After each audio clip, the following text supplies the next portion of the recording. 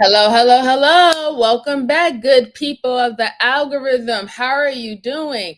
I hope you had a great weekend and happy Easter if you celebrate Easter. And I also want to say my condolences to Pope Francis. He passed away during this week. He was very influential, a really strong powerhouse in the religion community, and anybody losing their life is a sad thing to me. So prayers up to him, and thank you for your service to the religious community, sir. Even if it's not per se the actual religion that I follow, I still, do want to give my condolences. But guys, I have three new cases for you, and I hope that you enjoy them. There's a lot of talk going on. There's a lot of cases now that is up in very controversial, very hot topic. I'm not going to discuss those particular hot topic cases that's going on right now, especially the one that's happening in Texas in regards of the two teens, because we have more than enough people on social media giving their take and their understanding of the situation. And I would love for it to play out first with more information, or when it goes to trial, before I actually speak on it, right? But even in that case, a young man lost his life, and condolences to his family. That when children lose their life, it's a tragedy, regardless, all around, right? So I just want to say shout out to the early birds. Hi, Mary. How you doing? How you doing? Hope everything's well, dear. Hope everything's well. Hey, young Riaz, good to see you. Thank you for stopping by. I appreciate you. And thank you for sharing out the stream. I appreciate it. Just make sure if you're coming in just to say hi for a moment, just hit the like button for me. It truly helps the channel. And if you have anybody who's interested in these type of live streams, please go ahead and feel free to share it. Truly appreciate it. It definitely helps me get back in the algorithm. All right. So the first, hey, hi, how are you doing? She made it. She finally made it on time. Hi, Michelle. How are you? I hope everything's well, dear. I hope everything's well. Hey, Moon Girl, how are you? Good to see you. I hope everything's well with you, dear. Thank you for stopping by. I truly appreciate it. So the cases that I have for you today, like I said, with these hot topic cases, is very controversial. We have a lot of stuff going on. I want with more facts to come out before I actually, dive in and dissect it, right? So wait on that. It'll be coming. We'll probably get new evidence, new information about how things is going to play out. There is probably going to be a trial, depending, because these kids are underage. The trial might not be public, right, until later on if there's a verdict. So we'll see how that goes. We'll definitely see how that goes. Oh, thank you so much, Moon Girl. I truly appreciate the compliment. Thank you so much. You're so nice, so lovely. So guys, I have three cases for you. We're going to try to get through them as quickly as possible. Your dear girl here been working 6 days straight. I'm starting to get tired. It's starting to get a toll on me. However, we got to push on. We have to do what we have to do, right? But the first case I want to go over is a chilling story about Shanna Golyar. Now, this is an old one. I think this happened back in 2016, but I wanted to know what actually really happened to her. It seemed quite interesting. So we're going to review this right now, and put a one in the chat if you have seen it before. If you have seen it, put a one in the chat. You could tell me some things about it while we're reviewing it. Like I said, I love the immersive conversation about things that I don't know that you might know, or vice versa, right? It just all helps us to grow and be cultured, right? And that's always a great thing. Let's see. Hi, Don. How are you? I haven't seen you in like forever. Shout out to you, sir. Shout out to you. She said, I would say hi to Don, but he ain't. Yeah, I know. He's never here. He's never here. Very. That's his thing. He's never here, but he's here, right? He's here, but he's not here. He's he's in the metaverse. You know what I'm saying? That's how I look at it. So we're gonna look at this case. Let me go ahead and pull this up for you guys. And here we go.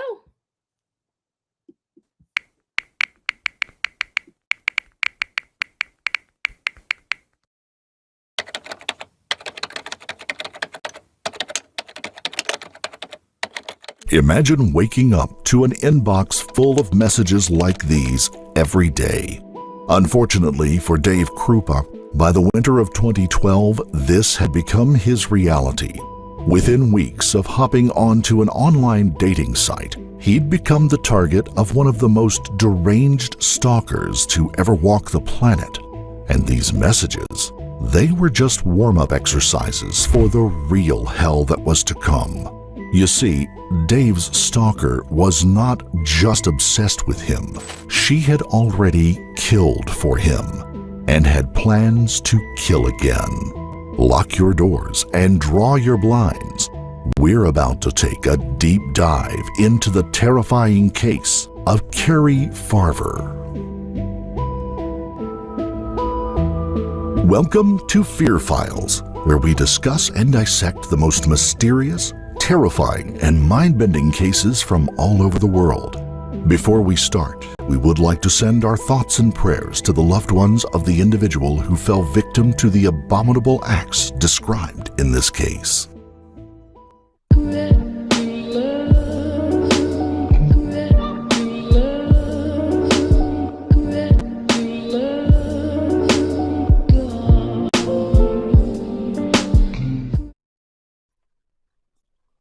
This story takes us to the Midwestern city of Omaha, Nebraska, a community which lies on the Missouri River not far from the Iowa border. Among other things, Omaha is famous for its zoo and the world's largest indoor desert. But indoor deserts were not a top priority for 34-year-old Dave Krupa when he moved to Omaha in 2012 to start his new job managing an auto repair shop. Dave had just recently separated from his long-term partner, Amy Flora, with whom he had 2 children, and Dave was keen to make the most of his freedom. He hopped on to some online dating sites. Dave was an easygoing, affable guy, and soon found himself with no shortage of dates. He was also upfront with the women he met. He wasn't looking for a relationship, just some no-strings-attached fun. Unfortunately, not everyone who crossed his path would turn out to be quite so easygoing or affable, but we'll get to that shortly. Our story begins on an autumn day in 2012 when a young woman named Carrie Lee Farver happened by Dave's auto repair shop.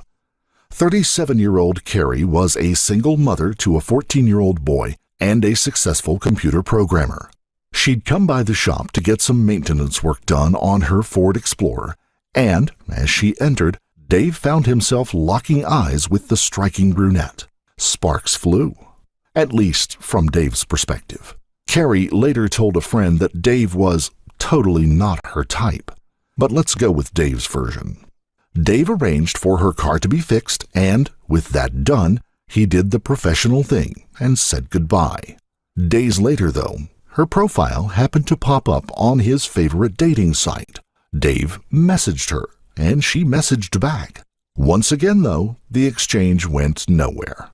But this was to prove a case of third time lucky for Dave, because soon after, Carrie returned to the shop. She had a noise in her engine that needed seeing to. This time, the sparks were mutual, and when Dave asked her out for dinner, Carrie agreed. Dave wasn't the only one who found Carrie exuded a certain contagious vibe. Friends described Carrie as vivacious, independent, and smart as a whip. At school, she had been in the gifted and talented class, and had even topped that. Carrie had always been close with her mother and loved by her friends. In an interview with a local paper for her high school graduation, Carrie said she wanted to be known as always having a smile on her face and for being a little crazy. At 22, life had thrown her a curveball when she found herself pregnant and single. But Carrie was independent and strong-minded, and she quit university in order to embrace her new role of mom. Carrie was devoted to her son Max, and he was the one constant in her life over the somewhat turbulent years to come. By 37, though, Carrie had settled into a great apartment close to her mother Nancy and had found herself a well-paying job. Dave and Carrie had their first date at Applebee's. Carrie later told a friend that she hadn't laughed so much in years.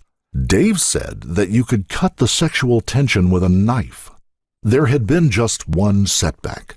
Dave's ex, 38-year-old Shanna Elizabeth Golyar, who went by Liz, was one of the first women Dave had met online, and they had been dating on and off for the past 6 months. Liz had 2 kids similar in age to his own, but while he found Liz fun, Dave had never been all that taken with her. Besides, she changed her mind constantly about him dating other women. One minute she was fine with it, the next not. And apparently this was a night when she was not. Halfway through his date with Carrie, Dave noticed. So what I just want to take note. All right. So obviously these are people who are working adults. They seem to have very good career fields, so they can plot or relocate wherever they need to and have a sustaining job. So because of that, being new in a town, what do people do? If they don't have if they're not going to a location where they have family or already friends there, people go towards the internet, right? Online. It's so bad that online dating, the concept of online dating was supposed to be miraculous, right? It was supposed to be something that was supposed to help everyone, right? You're able to contact and speak with anybody from all across the world. A beautiful thing, right? Exchange, even find, open up more options than just dating or marrying within your actual local community or even your ethnicity, whatever. And then what happened is with this World Wide Web, this online dating formats, you have to let in the good and the bad. And this is what we now realize in 2025.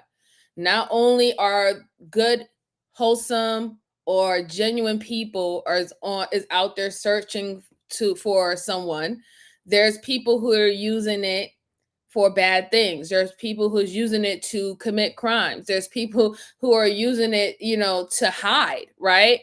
And that's the only thing that's that's a problem with it, because you don't want to censor it, because then there's a limitation, right? But then when you have something open, you have to accept that the good and the bad is going to come with it. And I think that that's definitely where we're at right now.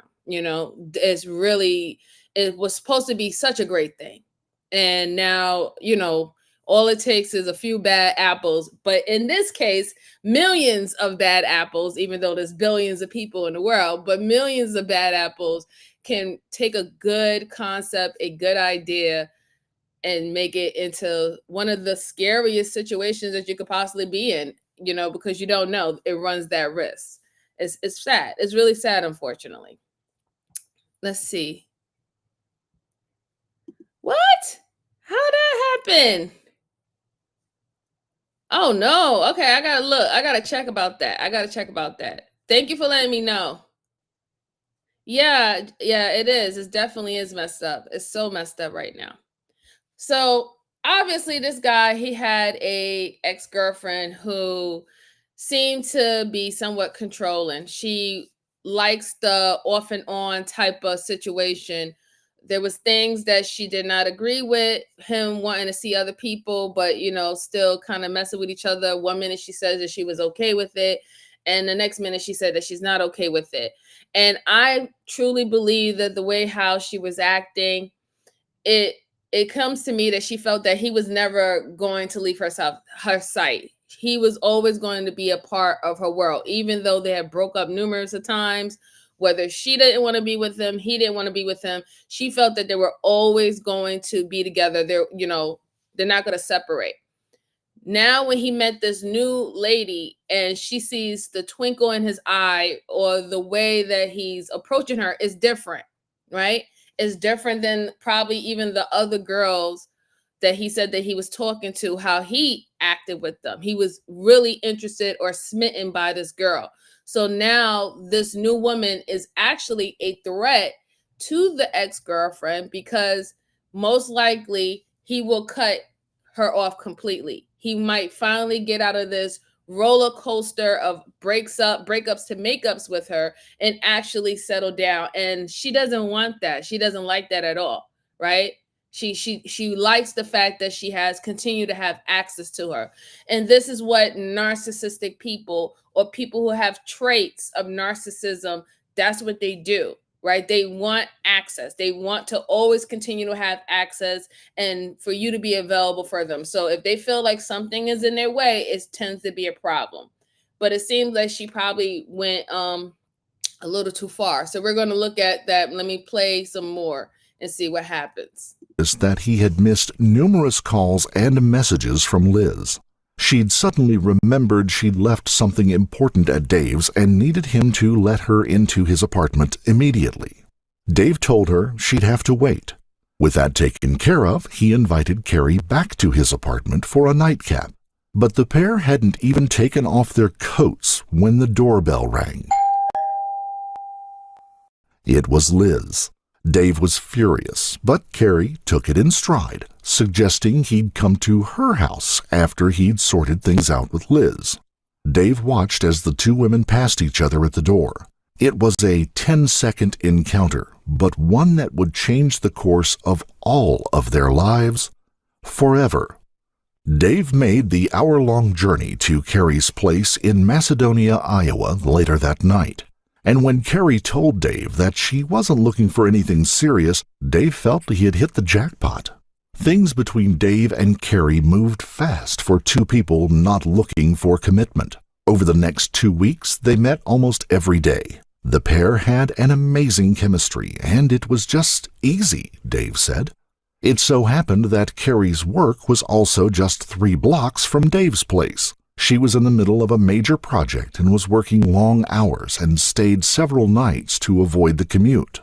On the morning of November 13th, Dave woke early to find Carrie already up and putting the final touches on the project she had been presenting that day.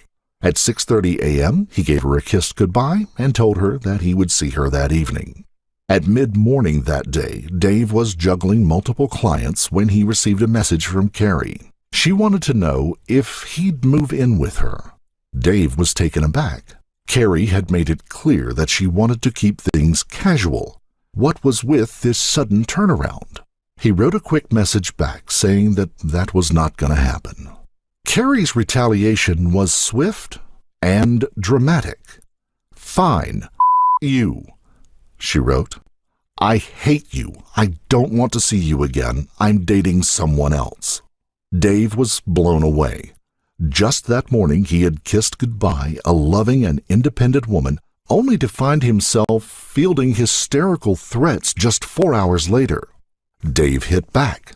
"Fine, goodbye." At lunchtime he stopped by his apartment. All was in order, and All right, so I'm going to keep it 100. I don't think that was Carrie that sent the message. The reason why he was caught off guard because it was something completely different than his actual personality. Now remember, the video essays just said that everything started moving fast with them. They were hanging out with each other almost every day.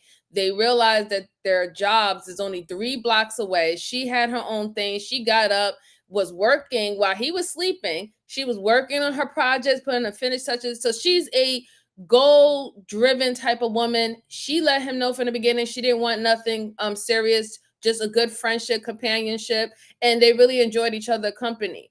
That type of blunt message where she came out of nowhere and said, "Oh, can you move it? Do you want to move in with me?" That doesn't even sound like her at all. Because she was there with him early in the morning. Why wouldn't she ask them why they were cuddling, why they were having cuddling time, or the day or the night before? She never brung that up. So it would just be random for her to wait until the afternoon to say, "Hey, can you move in with me?" And then say "F you" when you say, "No, I don't think that's a good idea." So to me personally, off of what I'm just getting, I don't think that's her. I already think that something has happened to Carrie before that message was actually sent. But let's go on. And empty. As quickly as their affair had begun, it had ended. Or so he thought.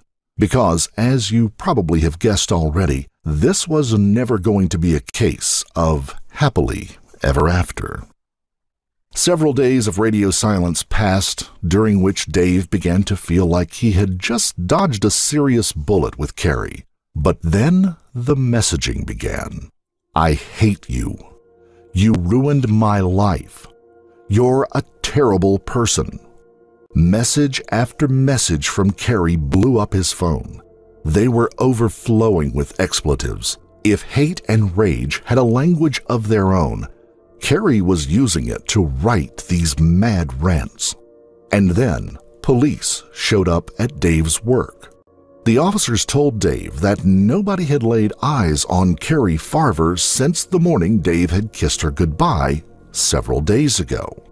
Carrie's mother had received a message on the morning of November 13th saying she had split with Dave and was checking herself into a mental institution. Carrie's employer had received a message saying that she was resigning and taking a new position in Kansas. Carrie's son Max had received a similar message. She'd promised Max that she'd be back to collect him in time for her half-brother's wedding, but the wedding had come and gone. Her mother filed a missing persons report. According to police, Dave... See, so it's starting to turn out exactly what I thought. Something happened to her, and there was somebody else doing those messages. Because it doesn't even make any sense for her to get that upset and that angry when you had just met the guy. Like, y'all not even a month in with dealing with each other. Why would you really even be upset? Y'all haven't had a relationship that will cause you to feel so, emotionally attached to him, right? But that sound like someone who do have emotional attached to him. That sound like someone who have dealt with them before and is dealing with a lot of resentment with their past relationship. And then it's weird that this after breaking up with someone that you weren't living with, you're not financially bound with them. You met them online. Like, it's like the easiest, just block and done, right? You would go and you would send all these messages and emails to your son, your mom, or your job. You just got that job. You just moved and got that job and got a new apartment. Why would you pick up and leave? You wanted to live closer to your mom because you got an apartment that was on the same street as your mom. You did all that to be around your mom so she can have support and her grandchildren can have access to their grandparents. So why would you just abruptly just throw all that away and just say, oh, well, I'm moving to another place. Yeah, I'm getting a new job. I don't want to stay here anymore. And, oh yeah, mom, I'm going to go to this rehab place because I broke up with this guy. But you didn't break up with the guy. You weren't even in a relationship. You see what I'm saying? There's those little things and details that shows that it wasn't her. And I have said this before, that after a while, we understand who we're speaking with when we're texting, right? Because some people text the way how they talk. So the certain words that they use, the certain phrases that they make when they send you a text, is literally you speaking to that person, or you can even picture in your mind that that person is actually verbally speaking with you by the way how they text. We all get muscle memory to know who we're talking to. So when someone says something out of line or out of pocket that's different from our character, it's going to raise flags, which pretty much raise flags to everybody involved when they got those messages. But let's go on. Hey, good day to you, Lord. How you doing? Was the last known person to have seen Carrie. Feeling like a deer in the headlights, Dave allowed the police to search his car, download the contents of his phone. He explained that he'd only dated Carrie for 2 weeks, and the last time she had been sitting on his couch with her laptop. And then the messages started. These crazy, off-the-wall, hate-filled messages, and she had been bombarding him with those ever since. Police believed Dave's account. and then shared with him some information that would change his perspective on the whole situation. Carrie, the police said, had been diagnosed with bipolar disorder in her late 20s. She'd been known at times to not take her medication. The implication was that, clearly, she had gone off the boil after a spell of not taking her meds, but she had likely bounced back. Dave was relieved and sorry for Carrie. He agreed to let police know if he discovered anything about her whereabouts. But that sympathy was soon to run dry. In the weeks following the police visit, Dave was receiving upwards of 60 messages a day. He could also add to that hundreds of emails. They came from an ever-growing assortment of different numbers and email addresses. Every person Dave had ever known soon received messages saying that Dave was a liar and a cheat. One woman he'd met on a dating site was told that her kids would be killed if she contacted him again. Even random women on Plenty of Fish, the dating site, received heads up that Dave Krupa was a scumbag and a liar. Dave would wake up to abusive messages from women he didn't even know. As for Liz Golyar, Carrie blamed the end of their relationship on her. Liz was furious and terrified. Carrie had been bombarding her with threats, she said. What had she ever done to this woman? They'd only ever seen each other once. Dave felt mortified and responsible. After all, he was the one who'd brought this woman into Liz's life. 3 weeks after Carrie apparently went off the deep end, the police approached Dave once more. But they weren't interested in the harassment. Carrie was filed as a missing person, and they only wanted to locate her. Then, in January of 2013, Dave came home to see Carrie's Ford Explorer in the parking lot near his apartment block. It felt like a breakthrough. Police examined the car and found a fingerprint on a container. They ran it through the FBI's national database. No matches came up, and the truck was returned to Carrie's bereft mother. When police interest in the case waned, the harassment was about to shift from online to outright stalking and terrorizing. Carrie was watching them, and she wanted them to know. Images were sent to Dave and Liz of their homes, often with their kids in the windows. Carrie would comment on what they were doing in real time.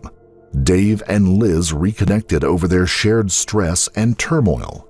Carrie was not happy. Dave returned home from work one day to find a window smashed in. His couch was cut up. His TV. All right, so I know that the video essayist is painting it as Carrie's the one doing all this crazy thing, but as of right now, I'm still going with my gut. Carrie is the one that's been missing ever since that morning. Now, Carrie is attacking everyone.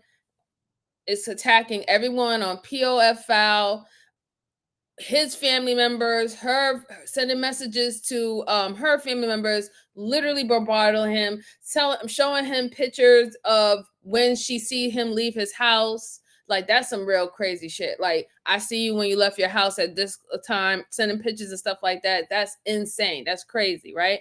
But I'm really believing that it's still Liz that did this. I don't think that it's Carrie that did this, because remember, Liz supposedly is being bombarded with the same type of emails and threats from Carrie. Carrie only saw her by a glimpse for 10 seconds. They did not exchange words when Liz went to this guy's house unannounced, and that was Carrie's first introduction to the guy and for Liz. But now when she painted the picture to make it seem like she's also being attacked and stalked by Carrie, now Liz and the guy has a commonality once again. They're both being stalked and threatened by this crazy random person who's bipolar, and that's what she wanted to from the beginning anyway, right? She want to bring them together, and the only way you can bring him back to the fold with you is trauma bonding.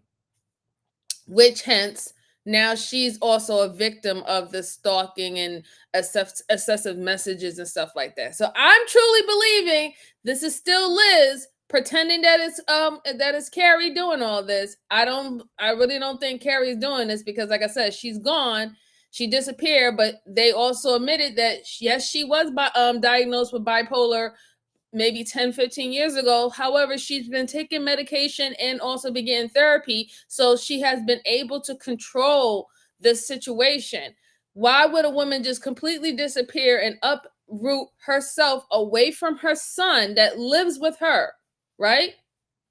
And lose contact with her mother when she moved to that location to be near her mother and to get this new job? Why would she do that? I get it. She do have bipolar tendencies. We don't know whether or not if she was off her meds, but quite frankly, even up to this moment, it doesn't seem like she was out of it, right? She didn't, what they're saying didn't seem like she was out of control. So I'm really believing that this is still Liz doing it, and Liz is painting the picture that Carrie's doing all this, and she used this as a way to get back close and get into, get on the good foot with the guy again. I'm just saying. Hey, Black Beauty, how you doing? Good to see you. Good to see you. Nick said, who had her car? See, that's the thing. The cops said that the car was parked around Nick's house. They found one fingerprint. They didn't find anything else, and it was unocclusive. They don't even know who fingerprint that was. But that was Carrie's car. And they just brought it back to her place of residence, or gave it back to her mom because her mom reported her as a missing person. So this is what I'm saying. She's doing all this, but then she goes and she drops the car at his house, disappears, but then still say, I'm following you, I'm stalking you, and sending pictures where she's nearby and she knows when you're leaving out your house or who comes to your house and stuff like that. I don't think it's her. I don't think it's her. Yeah, and unregistered prints. Yeah. Let's see. Lord said, which is out of character for Carrie to add. She hasn't been seen while Liz is popping up unannounced. Sounds like a crime of passion. Someone should definitely question. Yes, exactly. It does. And that's what it sounds like to me, too. Let's see. Uninclusive. Uninclusive, Andrew. Let's see. SSRIs are bad for your people. What? Okay. Yeah. All right. All right, let's go on. TV keyed, and Liz is a whore written in red lipstick on his wall. The clothes Liz had left on his bed had been cut with a knife. When they were together, Dave's phone would often ping, I see you with Liz again. The messages became more chilling. My favorite thing to do is stand outside your window and stare at you. I see you sitting in your chair with your feet propped up wearing a blue shirt. Every panel on both cars were keyed. Dave's was keyed with Dave loves fat whores in giant letters.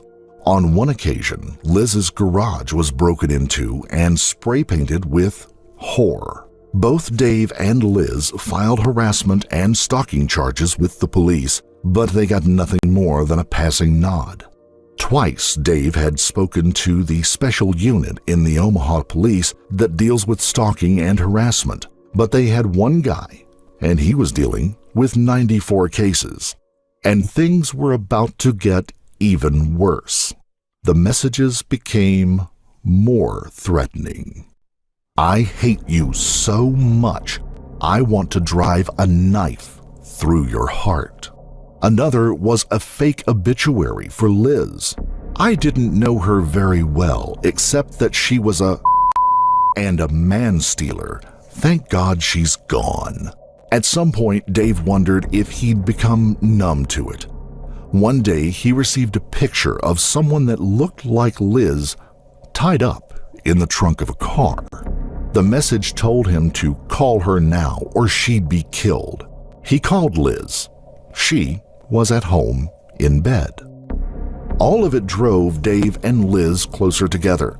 They used humor as a tension release, calling their stalker Crazy Carrie.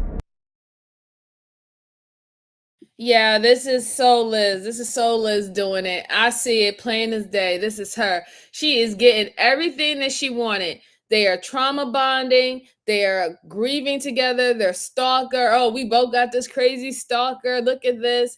She's literally vandalizing his items. She's vandalizing her items.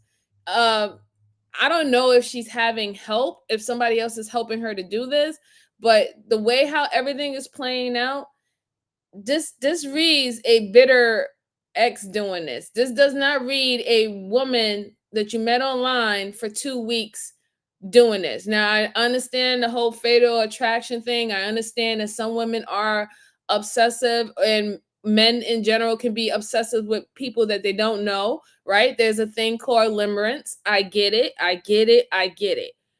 But this is completely out of her character. They still have not said that Carrie was not on her medication, right?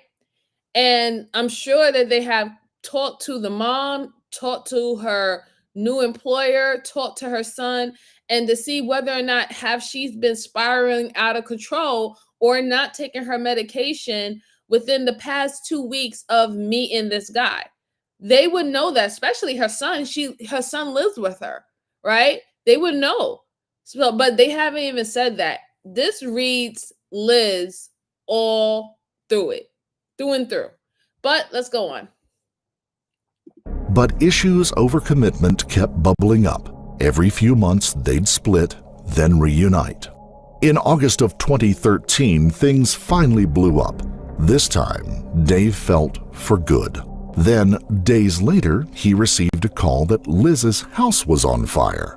The house was salvaged, but Liz and her children had temporarily lost their home, many of their belongings, and by far the worst, their 2 dogs, cat, and a snake had all perished in the fire. This is Liz talking to the officer at the scene. From what I've seen so far, looking inside, it's pretty obvious this is an intentionally set fire. The guy that I'm seeing, he has a girlfriend that he dated for 2 weeks, and she's been stalking me since November. Do you know her name? It's Carrie, C-A-R-I. She has made threats towards me and my kids. She would kept texting me telling me she wanted to kill me and my kids. You would think they were married as much as she's stalking me. She won't leave me alone. She will not. Yes, Lord. They did not speak to Carrie because Carrie has been missing. It's been weeks now. Carrie has been missing. The last person that saw Carrie alive and what was with her was the guy.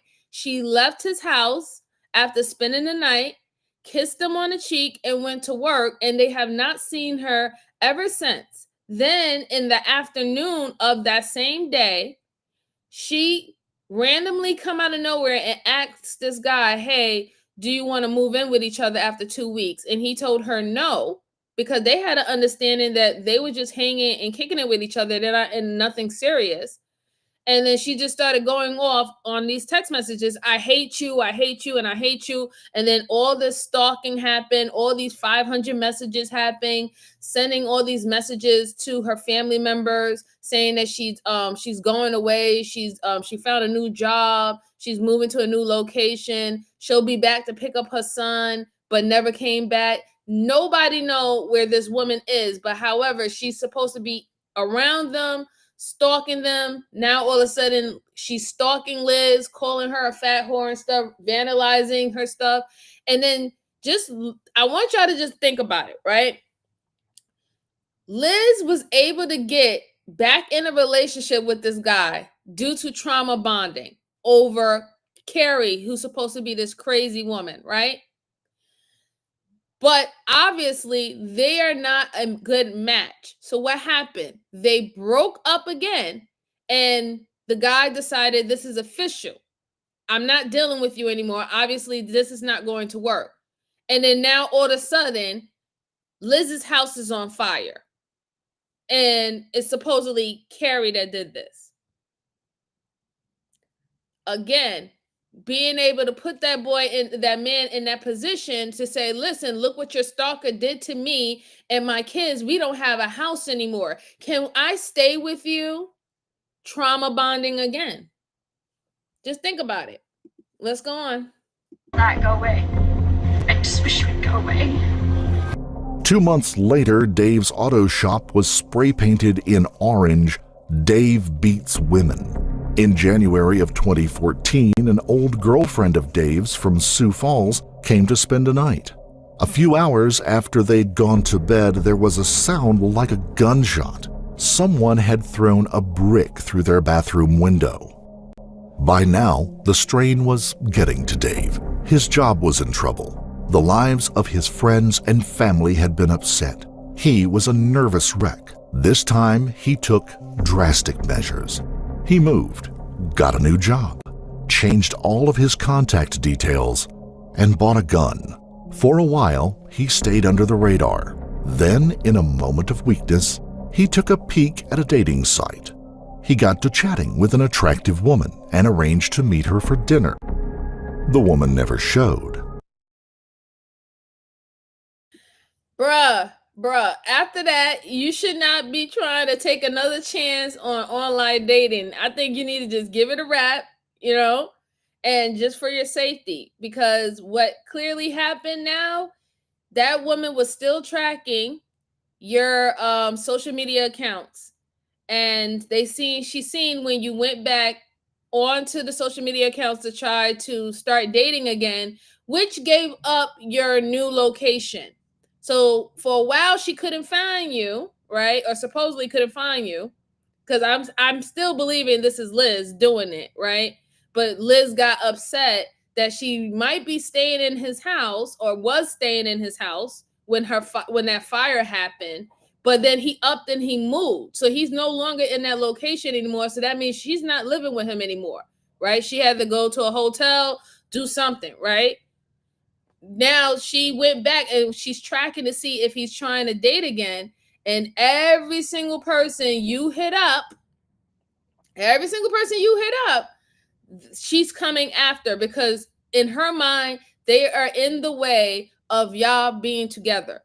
This is my opinion. This is not fact until we actually find out who is really involved and who's really doing all this. But my money's on Liz. My money's on Liz, definitely. Instead, he received a message from Carrie. Surprise, that's it your said. opinion, Anthony. Now Carrie had his new number and new location. By now, it was late 2015. And then came a switch that no one saw coming. Liz had received an angry email, from Amy Flora. It had gotten her thinking. Could their stalker in fact be Amy? Had Amy been impersonating Carrie all along? In December 2015, Liz walked into the Pottawatomie County Sheriff's Office to file a harassment report against Amy Flora, Dave's ex and the mother of his children. Liz said that she had come to suspect that Amy had stolen the identity of Carrie and was responsible for their stalking over the past 3 years. Carrie had only dated Dave for 2 weeks.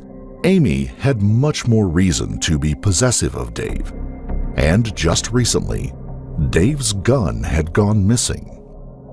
Dave had noticed the gun was missing and reported it to police the day prior. Police asked if they could once again do a download of Liz's phone. She agreed. Soon afterwards, Dave was called in by the police. He was thrilled. Finally, it seemed police were going to take the stalking seriously. Only this was an interrogation over Carrie's disappearance. Detectives Ryan Avis and Jim Doughty had worked at the Pottawatomie County Sheriff's Office in Council Bluffs. They had always found the cold case of Carrie Farver intriguing. It made no sense that a woman like Carrie would just up and go, leaving her bank accounts untouched and refusing to let anyone hear her voice. Bipolar was a common enough disorder and could hardly be used as a justification for her bizarre behavior. They'd asked their superiors if they could take a fresh look at the case. It didn't take long before they latched onto the theory that she might not be alive. But who was impersonating her? And what had happened to Carrie Farver on that early morning of November 13th, 2012? If anyone had any information to share, it was Dave. Dave laid everything on the table.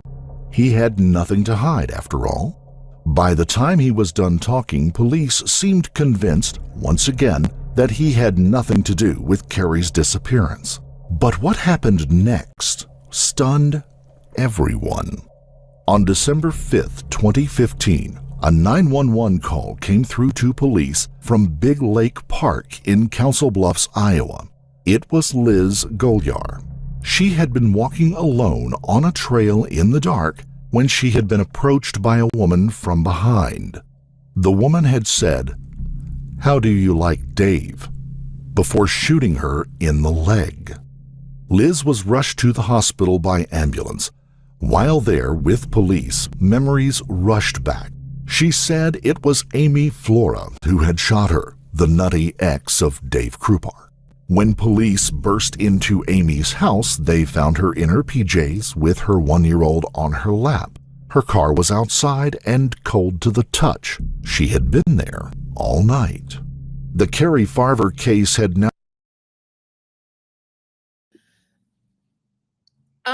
Dad, like how many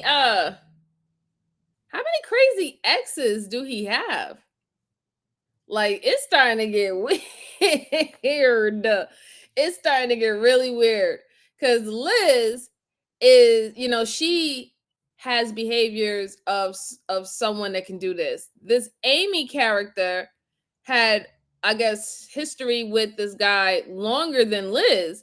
And she's involved as well. And then we can't even find Carrie, but then Carrie's being, perceived as being this bipolar, deranged woman who uprooted herself, leaving her child behind and the house and her mom. I'm starting to question. I'm starting to question why you have so many exes in that way. What's going on? like what's going on here, huh? Like, sheesh. Let's go on. Let's see what they have to say. I'm still banking on Liz, but this is some new thing with this Amy situation. Me personally, I believe she knew about Amy, and she's also using Amy as well. Liz. I'm still banking on Liz that Liz has something to do with all this. But let's go on. Now been changed from a missing persons investigation to a homicide investigation. The detectives brought in Tony Carver, a digital forensic expert, to track the source of the messages.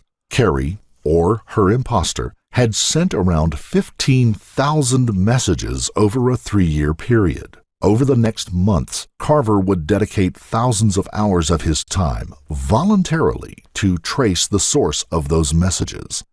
Every digital trail led back to the same place and the same person. The detectives approached Carrie's mother, Nancy.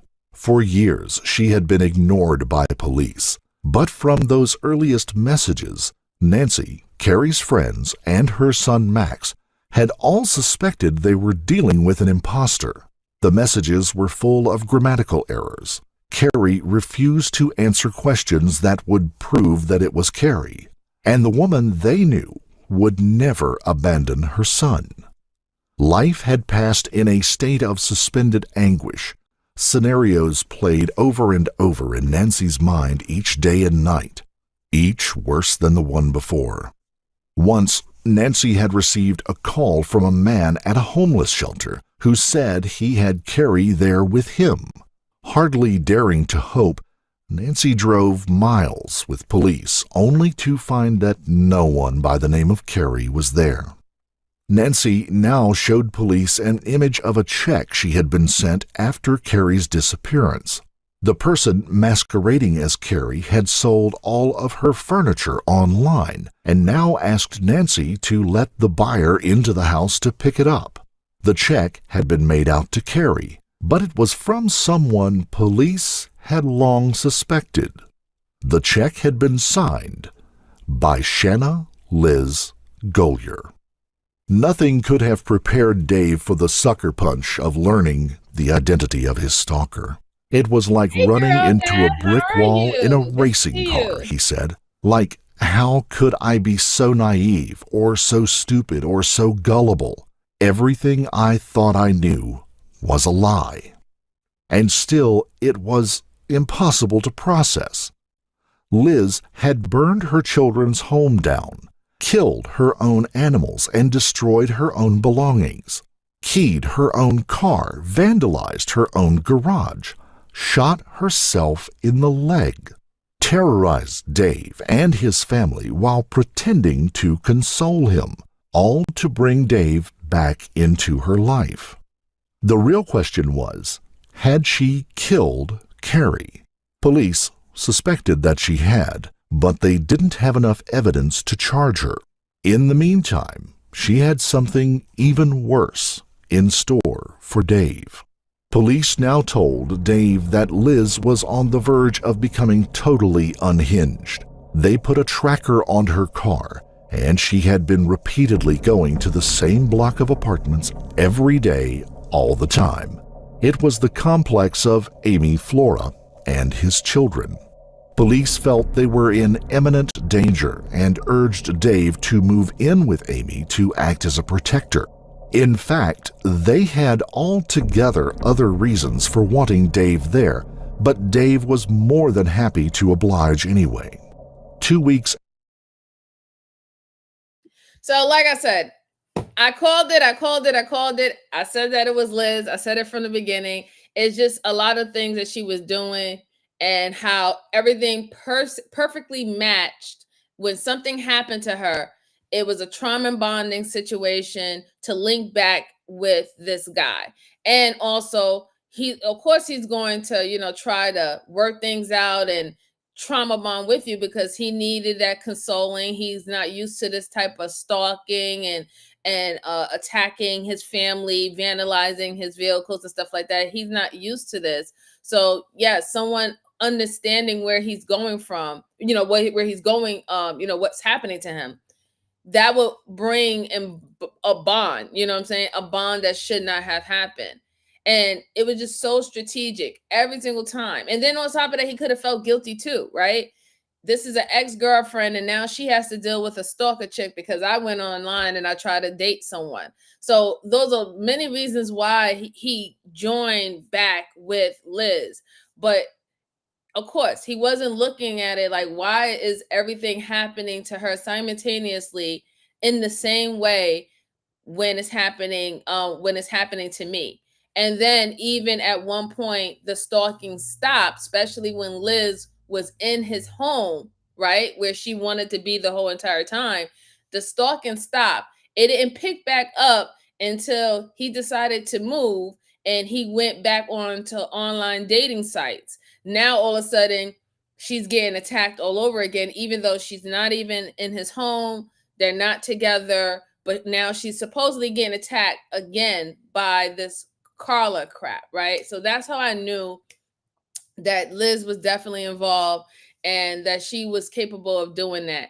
Now, the reason why the police officers, outside of, him having somewhat of protection, or maybe she'll back off if someone is in the house with him, another female's in the house with him, is not because it's protection per se, right? It's more about another eyewitness. And if she's off the edge, she's the type of person that she will eventually go over there and try to take both of them out. So what they want to do, they want to catch her in the act. That's the real reason why they, suggested to him, hey, why don't you move in with this particular person? So they can catch her in the act, because as of right now, just having a funky ass check, with her name on it is not enough proof to say that this woman did something to Carla, or, they didn't really even confirm whether or not she vandalized everything, like it was all her doing, or they found her fingerprints. They're just assuming that if she's the one selling off Carla's things and it's her name on the check to Carla, her well knowing that Carla is missing, right? Why would you send a check to Carla, that's why they're assuming that she did everything else.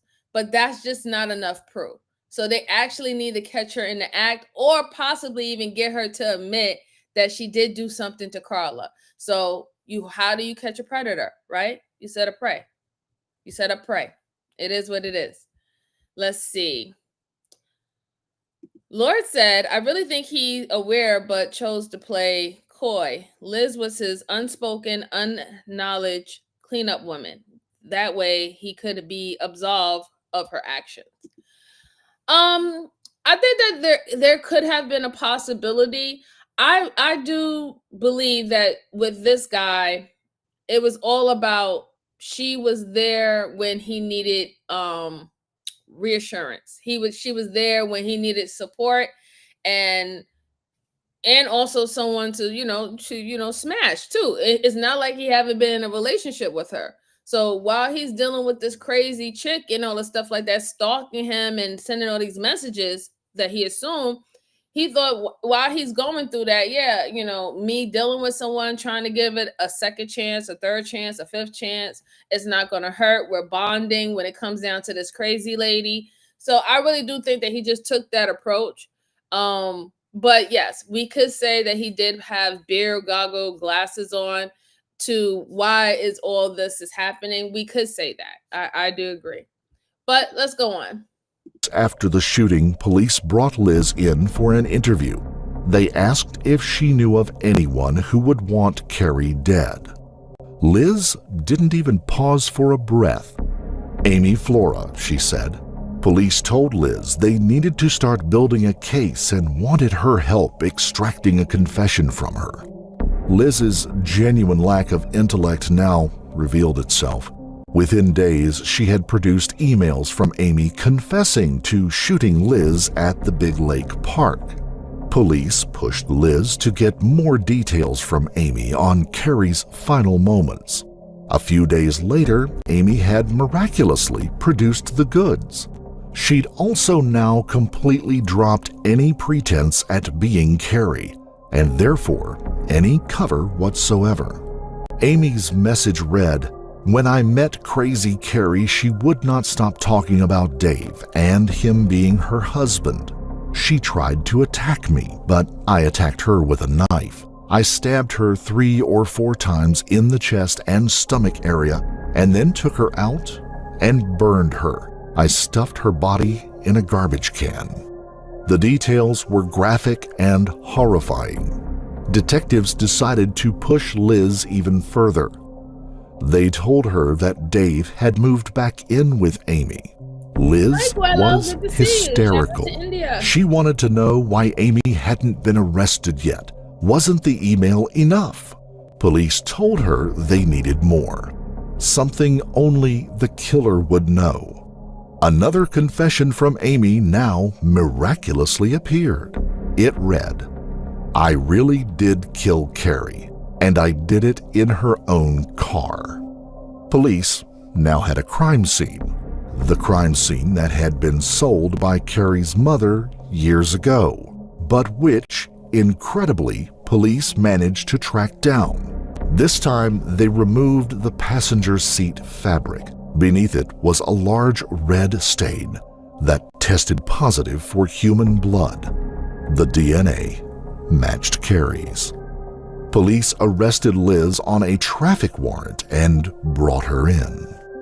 They now presented her with the mountain of evidence they had been accumulating for months. Her fingerprint was a match for the fingerprint left in Carrie's car. They found Carrie's digital camera and camcorder in Liz's house, taken from Carrie's in the days after her disappearance. From the downloads of Liz's phone, they discovered that Liz had made 6 calls to Carrie's residence before Carrie had disappeared, and retrieved an image Liz had taken with her own cell phone, a selfie of herself tied up with duct tape over her mouth in a car trunk. Every impersonated message connected back to a device of hers or to the IP address at her house. She had used an app that allowed her to create messages and schedule them to be sent at a later time, giving her the perfect alibi.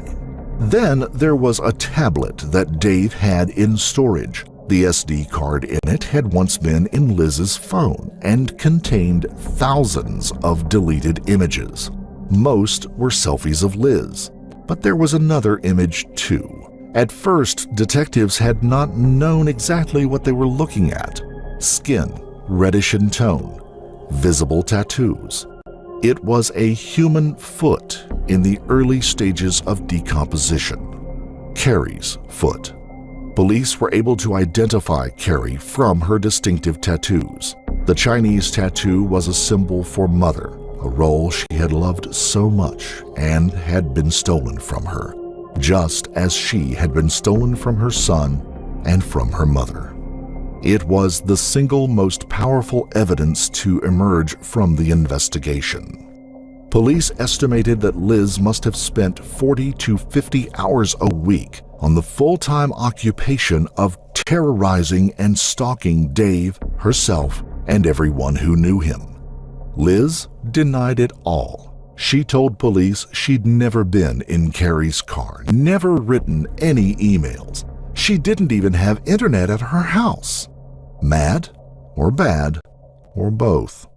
Douglas County prosecutor Brenda Beadle later said that it was the most difficult case she had ever tried.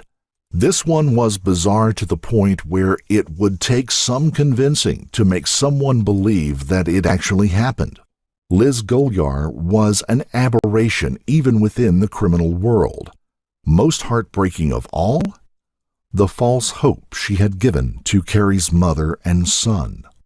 In one message sent from Max to Carrie's imposter 3 years after she had disappeared, he had written, "If this is really you, please come back. I want you to be at my graduation." On August 15, 2017, Liz Golyar was found guilty of first-degree murder and sentenced to life in prison. And I'm so thankful that she can't hurt anybody else. She's terrorized too many people. Now to a different story tonight. It's a bizarre murder case that has gained national attention. A twisted plot line that took investigators years to unravel. A mother went missing about 5 years ago in Omaha. Her body never found. The woman who killed her then assumed her identity. Today, she learned her fate. Ms. Golyar, what some people are capable of has always confounded and mystified the court. Shanna Golyar is sentenced to life in prison plus 18 to 20 years by Judge Timothy Burns for first-degree murder and arson. Judge Burns convicted her with proof beyond a reasonable doubt of stabbing Carrie Farver to death in 2012 outside her boyfriend's Omaha apartment. Golyar previously dated the same man. There were many hugs for Carrie's family afterwards. Her mother says she's glad Golyar can't hurt anyone else. She's got a life sentence now, but she also gave everybody else that loved Carrie a life sentence. She took Carrie's life. She gave my grandson a life sentence of not having his mother there. And all of the people that love her, we have to live with the nightmare that we have lived with for so long. Golyar not only killed Farver, but for years deceived Carrie's family into thinking she was alive by sending texts. She hadn't been seen since 2012. She also sent thousands of texts and emails to the former boyfriend on behalf of Farver, acting like Carrie was stalking both of them. Golyar wrote a letter to the judge asking him to find it in his heart to give her 30 years so she could get out in 15. Prosecutors say she has no heart and shows zero remorse. She was making up excuses for what she did, trying to implicate friends of hers that helped her write the emails. There were no friends. She doesn't have many friends that ever came out in this investigation, and certainly she could have mentioned names if she wanted to during the cold trial, and she didn't. Last Sunday, Farver's family had a memorial for Carrie by setting off lanterns. Farver wanted to be cremated and have her ashes thrown into the wind. Rainey wishes they could fulfill that request. And if that wasn't disturbing enough, there's a parting tidbit for you. Golyar has since repeatedly written of her desire to be released from prison because the real killer is still out there. I will not stop fighting until I'm set free and they find the right person. If you found this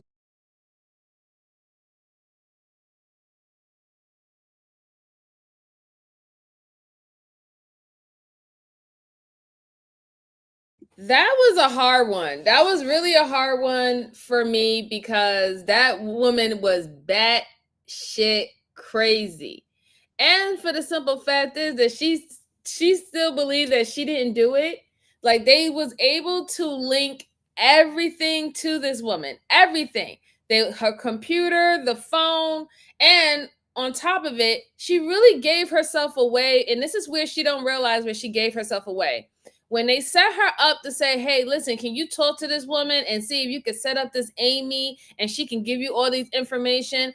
Lo and behold, why would Amy throw out, yeah, I did this to Carla. I tell you in detail. Do you know why?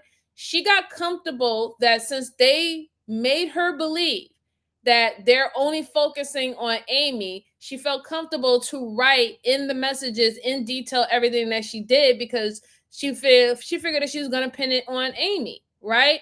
And they know what they were asking her to do. They know the conversation that they had with her, and every single day or week that went by, they would ask her, hey, can you get this information? Can you get that information? And lo and behold, Liz would get all this type of information in detail from Amy. Anybody who doesn't want to be caught would not do that, right?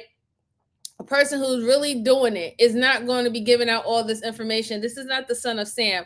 But I mean, tell you the truth, this story came out to be the daughter of the daughter of Sammy, right? That's what it came out to be. This lady was really, really wicked. And prayers to that lady who lost her life. It's sad. She didn't deserve that. Her family didn't deserve that. Her son didn't deserve that. And it's shameful that a woman would do something like that. It's shameful there's just a person in general that would do something like that, because you don't know, no means no. And then you believe that when things don't work with a particular person, you always have to find someone else to be to blame. And instead of just accepting that maybe the relationship don't work because you're not a match, right? Or if anything, if you believe that the person don't want to be with you, why do you still want to be with somebody who don't want to be with you? I never understood that. If it's clear, crystal clear that the person don't want to be with you anymore, then you really need to leave. Why would you force someone to want to be with you? Like, you got to get over that. That means it's not love. At that point, if you want to force someone who don't want to be with you to be with you, it's not love. There's no love in that. It's just control and entitlement at that point. You just feel entitled to access to that person. Love has nothing to do with it. All right. Let's see. He needs to instantly and unequivocally remove herself as one of the guilty party. Came back to bite her. Yeah, it did. It really did. Because she tried to, hurry up and throw it all on this Amy character. She pretty much let her guard down. She was able to hold it on for at least 3 to 5 years because the way how she was playing it as she being the victim, she's also suffering the stalker. This woman had so much animosity against her and all the stuff like that. She was able to play with that, a good amount, right? But once she got comfortable and she really truly believed that the detectives was only focusing on this Amy person, her ego got in the way, and she pretty much gave herself up. That's what happened. She gave herself up. All right, interesting case, a very interesting case. So I have another one for you. So just make sure that you're hitting the like button for me. I truly appreciate it. It helps the channel. Share this out to anybody who like these type of cases and would like to review it, these cases with us. That I'll truly appreciate it. So the next case I have is a evil boyfriend. This is an old one. This is dated back to 2016. It's an evil boyfriend pretends that he's just a victim. So apparently he might have done something to his significant other. So let's check this one out. Here we go.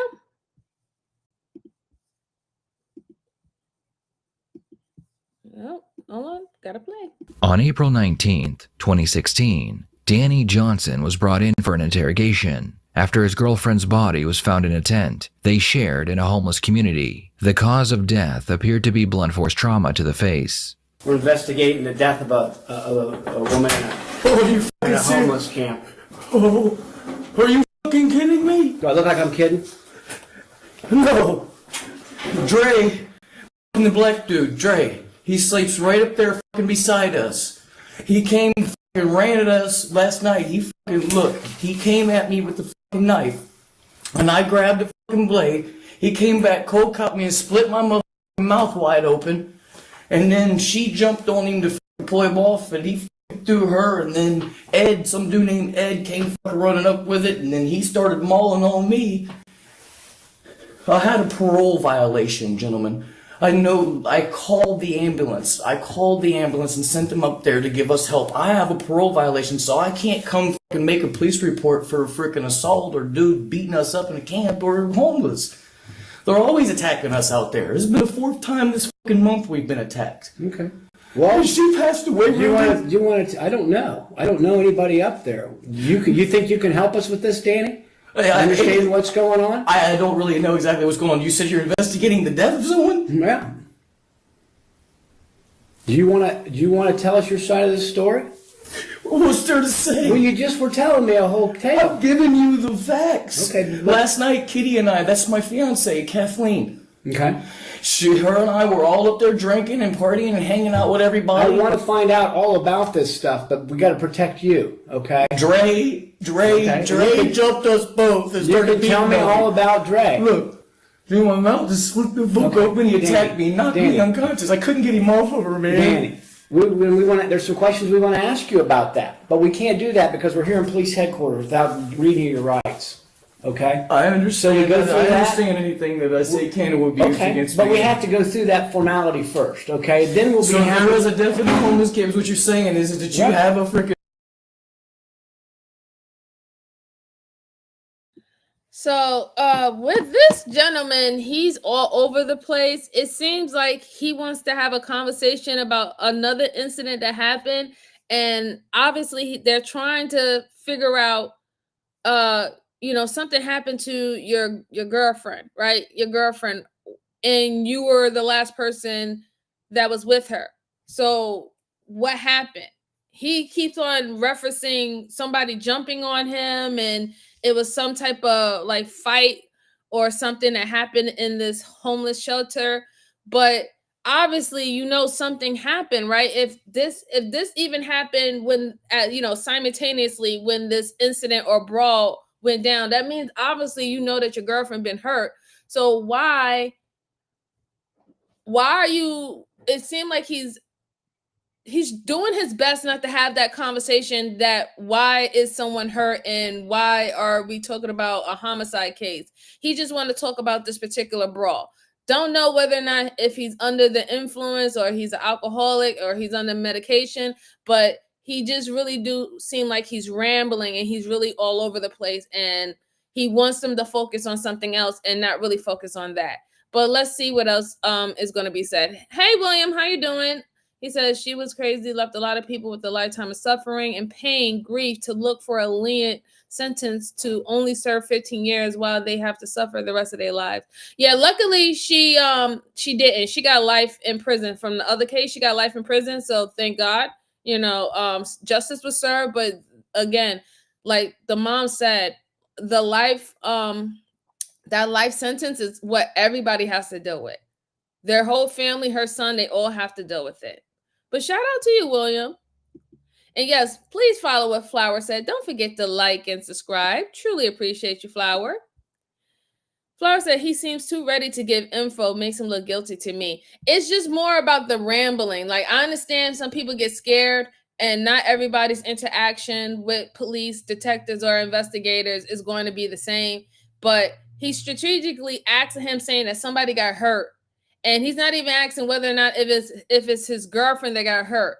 But then when the detective asked him in reference about his girlfriend, he didn't even ask like, well, wait a minute, did my girlfriend get hurt? He's just talking about some guy was beating up on him. And I just thought that it was just crazy. Like how he's just going to this whole fighting brawl that happened at this homeless shelter.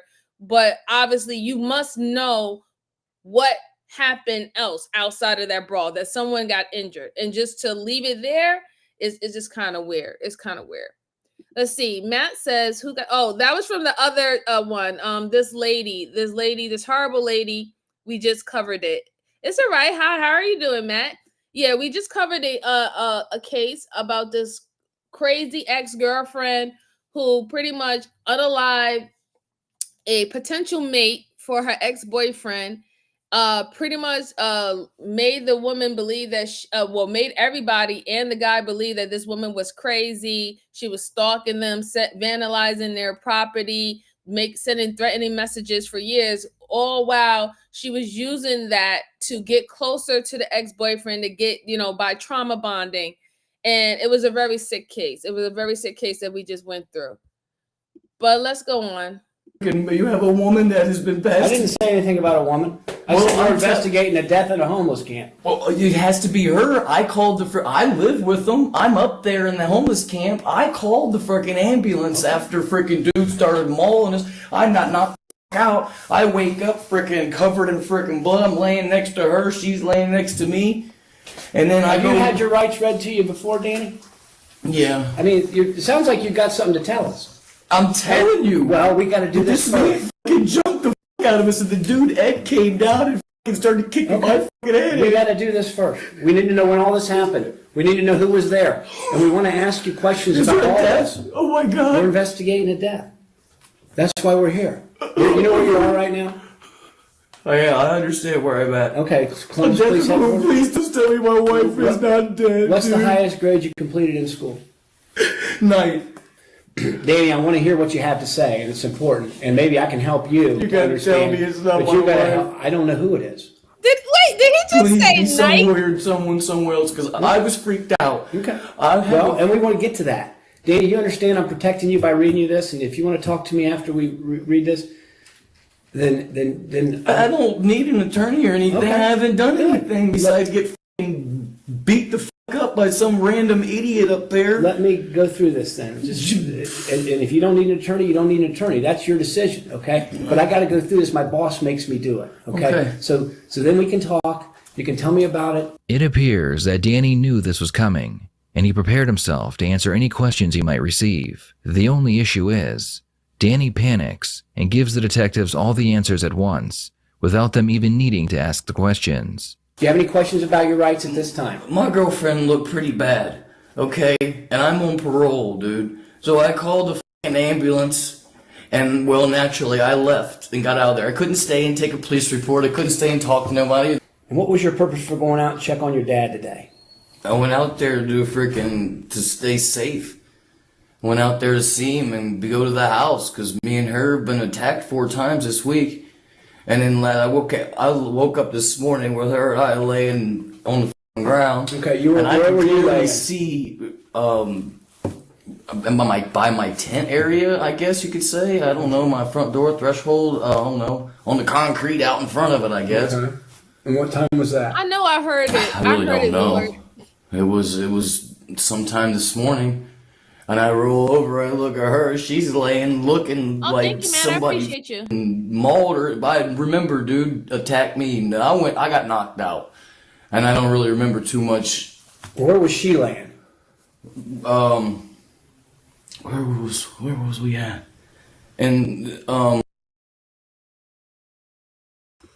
right, so, yeah. He's, how can I say this? He's literally burying himself because he just said a few minutes ago that he said that his girlfriend looked really, really bad. Meaning that however she was bruised up, you knew that she was harmed. You didn't call the police. In fact, you just admitted that you left and you ran to your father's house to be safe, right? And then now he's asking you, where was she at? You like, wasn't y'all, didn't you just say that y'all was in your tent? And then she looked, she looked pretty beaten up. Like, sir, what's going on?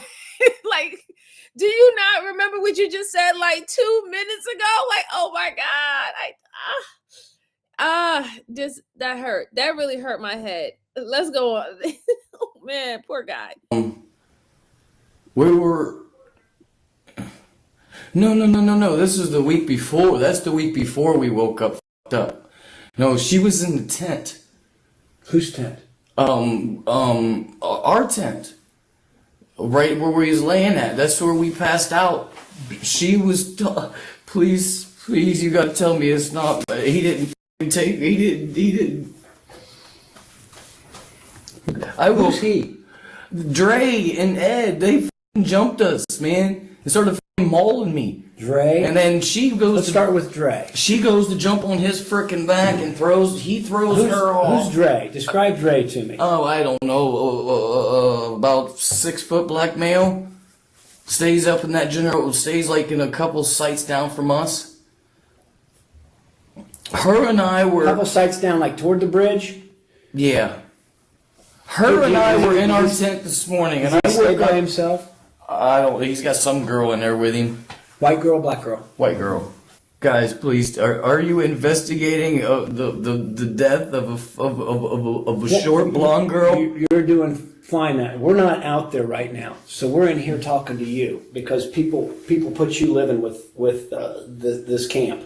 Okay, yeah. And you left this morning before we had a chance to talk to you. So I had we're to trying have talk a warrant for my arrest, and when I saw all the cops swarming, I went down there. And where were you when you saw the cops swarming? I was walking down. I went down to the other camp, and I had somebody. I don't remember who it was. A random couple down. I don't even know their name. They're just new up there. Okay. I said, she's laying on the ground. She's laying on the ground.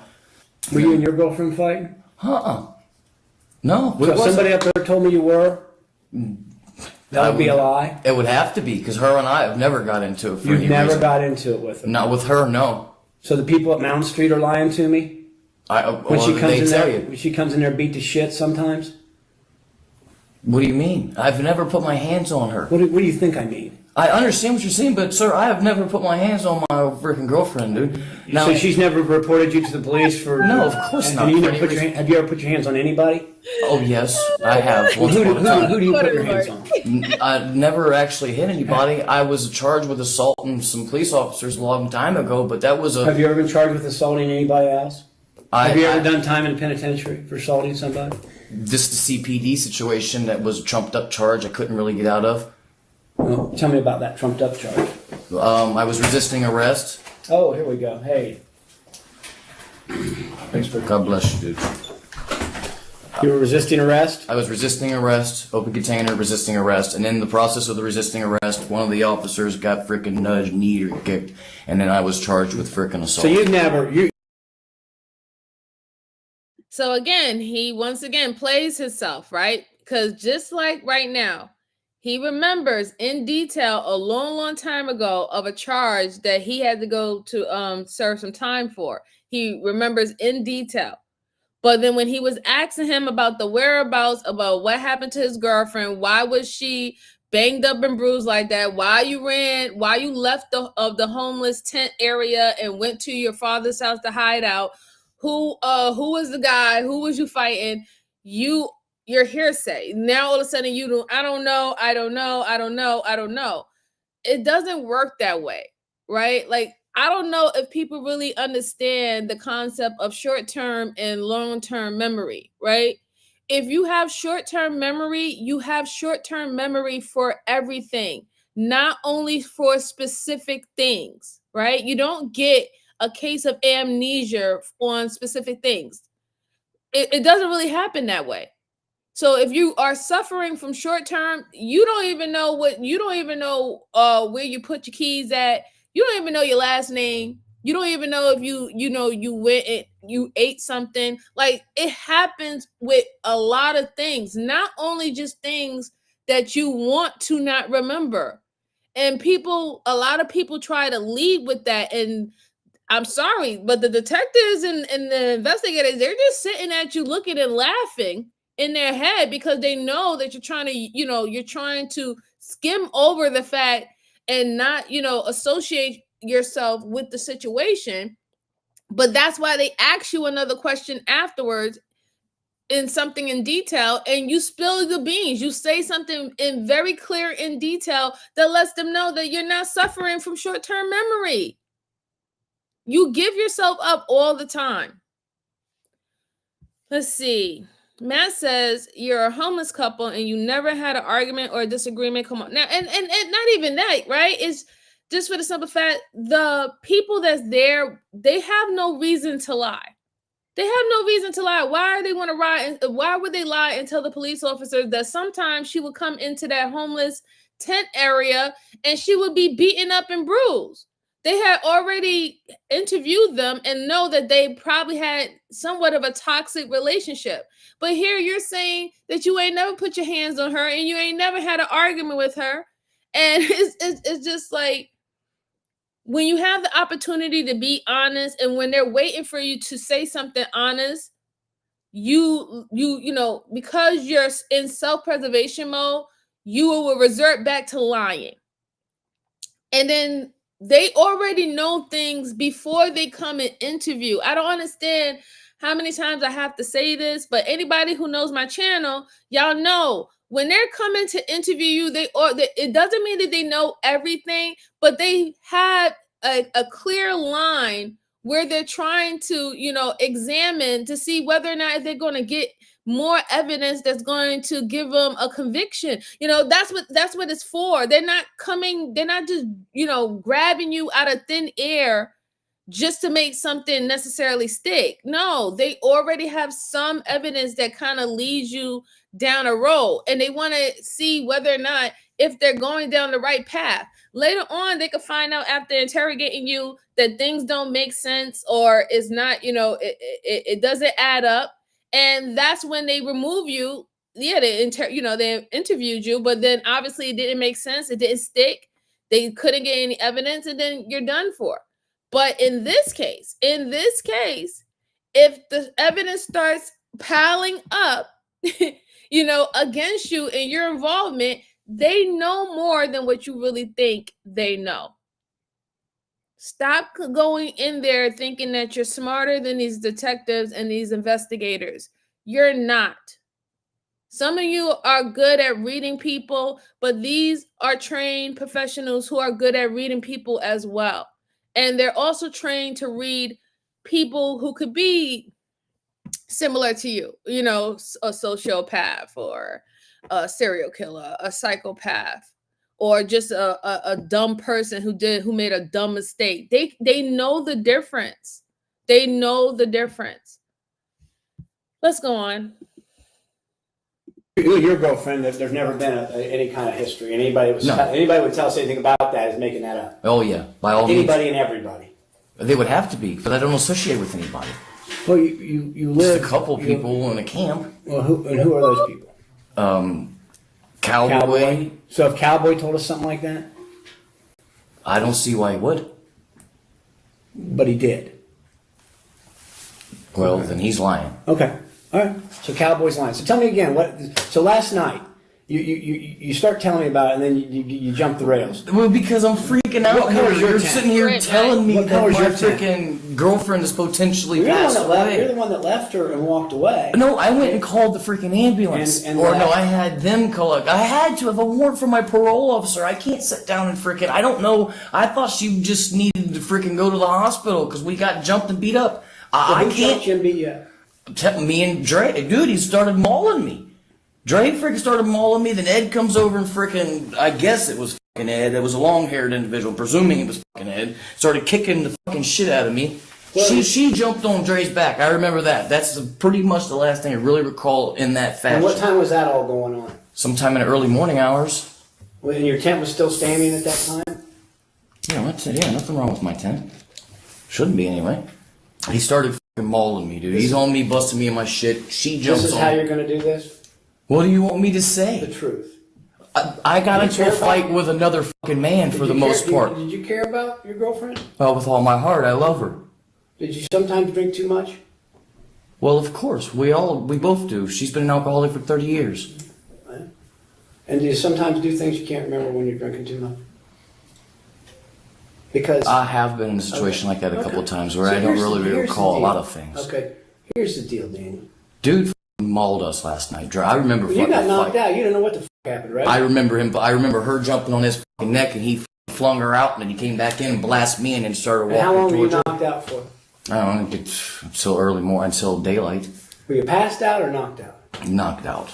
Because I would probably a little bit of both. Danny describes his injuries to the detective, claiming that he and his girlfriend Kit Kat had been attacked. Based on witness testimony, Danny and Kit Kat were heard arguing in their tent, followed by the sounds of slapping, and then everything went quiet. So everybody else down there in this camp is lying to us, and you're telling us the truth.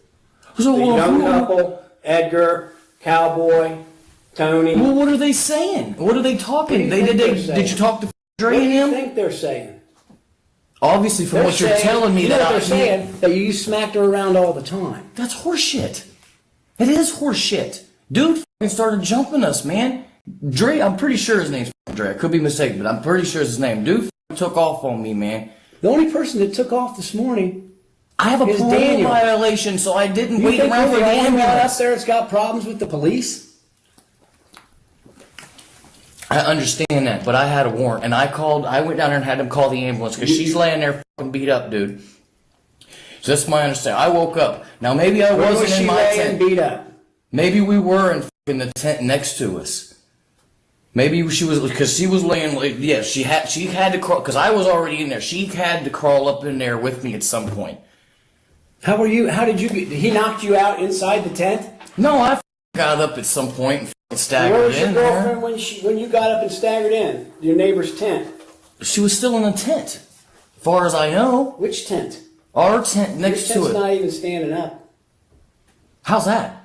I got like 3 of them. I mean, we started to put a new one up. The red one that Edgar helped you put up yesterday is torn up. It's torn down. Torn down? I don't see how. Maybe a pin came out from underneath of it or something and it collapsed in, but it shouldn't be torn out. Is this the clothes you had on? It had to be. I haven't changed. I'm asking you. I guess. You said you were covered in blood. Where's all this blood? Oh, this came out of a bin down there towards Reynoldsburg. Yeah, of course I changed my clothes. That's why I just asked you. You said you had.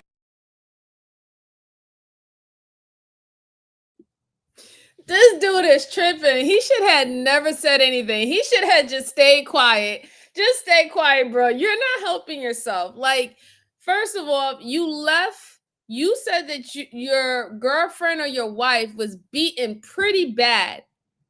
Now, I understand you said that you got warrants or something like that and you didn't want to be involved with the cops, whatever, but you don't leave someone that you say that you love so much. You don't leave them bloody and bunged up and say, I'm just going to go run to my father's house, go clean up the blood, change my clothes, and then I'm going to call 911 and let them know that she's really hurt bad.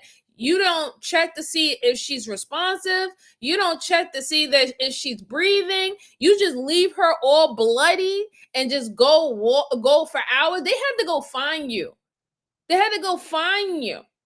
They talked to everybody in that little tent community, and they all said that you have went oops upside her head or smacked in her face or, hit her numerous times. They have seen bruises on her before. Then you lied and say that y'all ain't never had an argument, right? And then it's just, he's saying so much things and you could just tell that he's trying to make sure that something stick. Even to the point of talking about this imaginary guy named Dre. Like, who is this how come when the cops spoke to everybody in the tent village, nobody said anything about this big, tall, black man named Dre who was in the community starting shit with everybody. And it was a really bad night. Nobody in the tent community said that. So you made this big person up saying that he attacked you. He said here's the funny thing. He said that he clobbed him first. So you're supposed to be knocked out. So how do you know that Dre hit and beat up your girlfriend? How do you know? If you was attacked first, he had to take you out first, right, to get to her, right? So he clobbed you, and then miraculously, even though you're passed out, that he clobbed her, beat her up, and she crawled her way into your tent to lay down all bloody. And you really think that the detectives is going to believe this? Like, seriously. And honestly, I also want to point out that he's fidgeting with the Pepsi. That's letting me know that he is nervous. All right. That is a sign of being nervous and not telling the truth. One moment he was drinking the water. You remember what we said? When you take sips of water, it gives you time to think about what you're going to say before you respond. He's doing that now with the Pepsi, and he's fiddling with the Pepsi. Let me know that he's not being honest and he's not being forthcoming about everything that he's saying. Just to let you know, give the heads up for any other new people that's coming in there. And let's see, Corey said, hey, Corey, good to see you. He said, screw the warrant. I'll be getting my lady to the hot. Thank you. Exactly. Not if you're saying that you care about this woman so much, and especially if you didn't do anything and you can actually pinpoint the person who actually harmed her, then I don't think that that's you violating your warrant at that time, right? You only violate your warrant if you're a part of any form of criminal activity. According to you, you got jumped. What criminal activity did you commit? Right? You got to answer your own questions. You don't even make sense. Let's see. Laura said, you can tell he done that or something similar to that a few times. To the point he thought he could get away with it. Yeah, he did. And I don't think that she would succumb to her injuries. That's what I believe. He got scared. He'd been beating her for a while. He didn't expect that this time she would actually, lose her life from it. So he got scared, ran off, and changed his clothes and act like, there was he got jumped by this big bull named Dre. Hey, bro, what's going on? Good to see you. Good to see you. Shout out to you. Shout out to you. Let's see. Flower said he's throwing the horse poo at the walls. Yes, absolutely. Hey, how you doing, Will? Shout out to you. Shout out to you. Yes, please like the video. I appreciate it, guys. I appreciate it. William said, how stupid is this guy? He's living, and yeah, he really is. He's not making any sense. He's not making any sense at all. Rich the Fish said, I'm not a criminal. I'm a good person. Yeah, right? And that's good. I hope you are.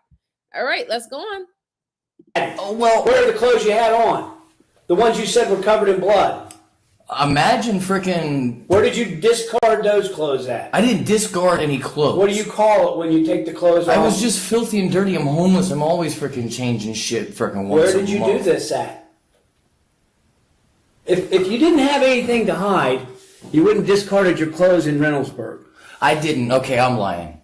Please, let's not get... I'm lying about that because I'm scared to fucking death. Why would you lie I didn't about beat something up like that? Because, well, I don't know. I don't see the relevancy in it specifically. Like, I thought... You're walking around in bloody clothes. No, I didn't walk around in bloody clothes. You told me you were covered in blood. Okay, You said I'm covered in my girlfriend's blood. No, I did not say that at all. I was never... Well, I had some of it on me, yeah, because I'm cradling her. I'm holding her. No, yes, you did. You said that you was completely funny and you got with jumped. the cradled blood. They are at the freaking campsite. They gotta be. I went down, got them to call the freaking ambulance. And I panicked. Right when they go to call the freaking ambulance, I tell them to call the ambulance. Look, dude, I got a parole warrant. I can't stay here and freaking make a report. Tell them this guy, tell them that guy. Where'd you change at? In the neighbor's tent. Which neighbor? The Ashley people's tent. The one where your girlfriend was laying? Are you serious? Are you really sitting here telling me that she's deceased? Yeah. What is wrong with her? She's beat to death. What? I told you, I knew it. I knew it. They're saying you did. I didn't do nothing. So if you got drunk and blacked out and had a bad day, you better get in front of it. Because that's the facts. You have my word. You changed your clothes. You fled the scene. You went to Reynoldsburg. Does that make you look innocent? No, it doesn't. What does it make you look? It makes me look ridiculous. No, that's not ridiculous. What does it make you look? Guilty. But I'm not. I didn't do anything to nobody. You felt the need to change your clothes. I had my blood and stuff on me, man. Where's your blood coming from? This scratches? This little scratch? Trust me, it's bullshit. It's gas. This guy. He's killing me, yo. He is killing me. He's so burying himself. So once again, how he buried himself again. He has bruises and scratches on him, guys. So again, you said that this big this big brolic dude, black dude named Dre. He was messing around, man, and he jumped us and everything, right? He was 6-something. He jumped us and he clogged me in the head. And then I don't know. I guess he clogged my girlfriend and beat her to a pulp. And then she just went lay down to me. Sir, you didn't even know that you wasn't even laying in your own tent. You was in another homeless person's tent, the Ashley's tent. And that's where they found your girlfriend at, right? Then you the one who fled the scene, and you said that you went to somebody's house and you said you was going for safety. But now you're saying that you you didn't change your clothes anywhere else, which they thought you did, right? That you went to your father's house to change your clothes. You said that you changed your clothes there. If you changed your clothes there, they would have found it. They would have found it when they found her body. They would have found your bloody clothes.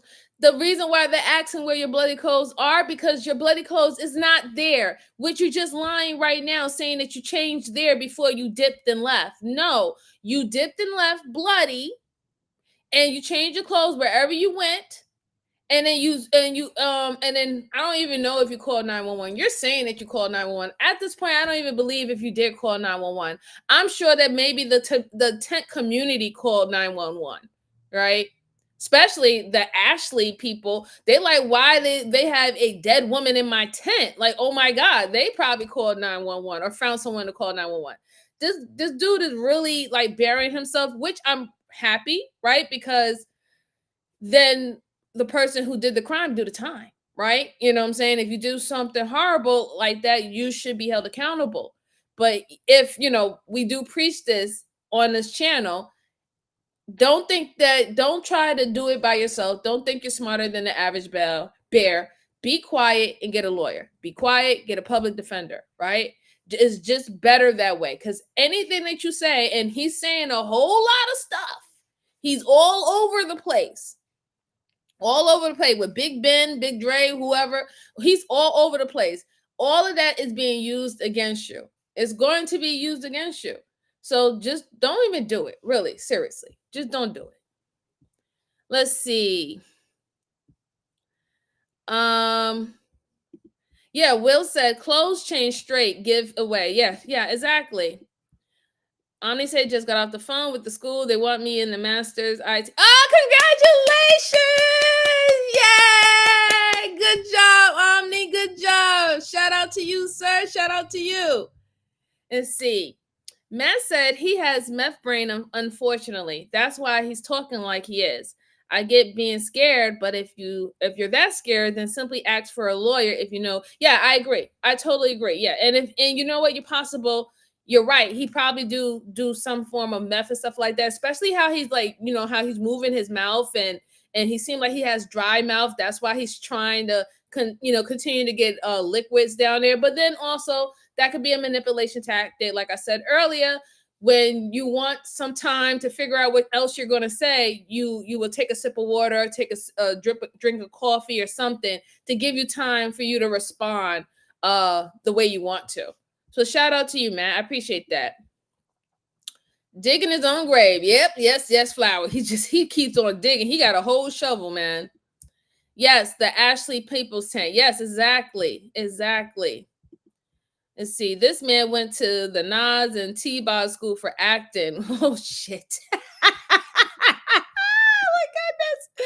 Oh, let's see. It's always that was just crazy. I was really like dumbfounded about that one.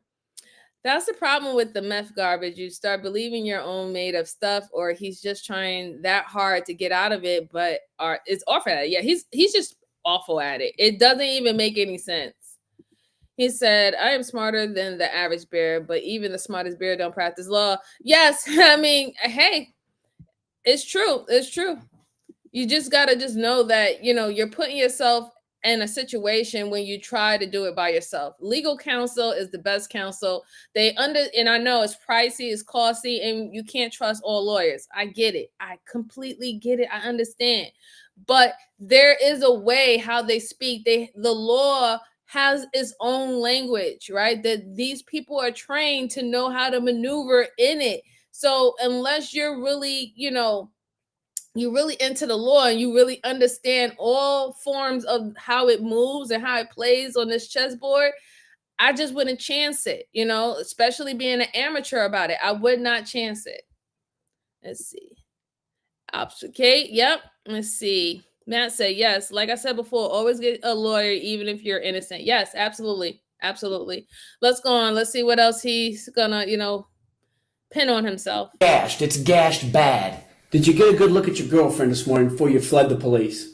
No, not really. She's beaten to death. Not really. Her jaw's broken, her skull's fractured. How long did it take you to commit those injuries to your girlfriend? I did not. Do you remember doing it? I don't, because I didn't. Is it possible that you blacked out and did this? I can't see that, because I love her. But it's possible. Me and Dre You were hit fighting. her before? No, I haven't. Oh, people saw you hit her before. The people at 61 East Mountain know you used to beat her. That's not true. That is true. I talked to them this morning. Do you think they're lying on you too? You got to get in front of this, Dan. I did do it. Dan. I did not do anything to that effect. What did you do? Dude fucking punched her. When's the last time you hit her? I've never hit her. That's what I keep trying to tell you. I'm not putting my hands on her. Now, my past relationships, sure, I've been... So this one's different? You used to beat women before, but you don't beat women anymore? I never beat her. I swear to God, I never beat her. What women do you beat? I don't beat women. I get into a fight with a dude periodically, and time to time I might get a scuffle. There's not a domestic violence report? Yes, there is a domestic violence. But that was a verbal domestic. I've been into it with a female once upon a time. Who was that? Nikki. She smacked me with a head with an ashtray, but that was... And it wasn't like I beat her. You were the victim that time too? We were both fighting. We were both... You fight girls. Were you both... No, I didn't fight her. She jumped on me at that stage. That was years ago. This is what you're going to do for your girlfriend that you love? I do love her. How am I going? What are you talking? What am I supposed to do? You're sitting here trying to tell me she's f***ing deceased, and you're saying that I did it. Better? Yeah. Better times, right? 2 or 3 guys you were drinking with there said that did not happen. This doesn't make sense. Well, yeah, it does make sense. They wouldn't have let it happen. But it's my point. No, they would have let Dre hit her. No bullshit. Think about it, guys. How did I freaking... If them guys won't let him hit her and do all that, then how in the hell did I do it? Because it's inside your tent that's soaked in blood. What? Inside your tent that's soaked in blood. Well, she was bleeding. We were both bleeding. That doesn't know. That's where the beating happened. That's horse. I never beat anybody. I got beat up, sure. Yeah. Dre fucking nailed me. Wait, hold on. So, this sorry sack of you-know-what, he beat her to death in his tent and had the audacity to move her body to the Ashley's tent. I guess that was a part of his story about this Dre dude, like this Dre guy. But that is just wicked. You put your girlfriend's bludgeoned body in somebody else's tent and run off and then say you're going to call 911. Like, that's wicked. That's so wicked. Like, listen, let me tell you something. You being homeless doesn't mean that you get an excuse for having no character or horrible character, right? Homelessness doesn't mean that you get the right to just be wicked, cruel, evil, and all that stuff like that. There's some homeless people who have great character. Great character. If you actually speak to them, actually sit down and talk to a couple of them, and then you find out why they're homeless, right? For example, a couple of years ago, there was this homeless guy, and he was in Manhattan. I was walking Manhattan. I gave him a couple of dollars, and I was looking at him, and he just didn't seem like a normal EDP. Now, EDP is what police term we call EDPs, is like, people who probably left the insane asylum, or they're homeless and they probably have mental issues. That's what we call EDP.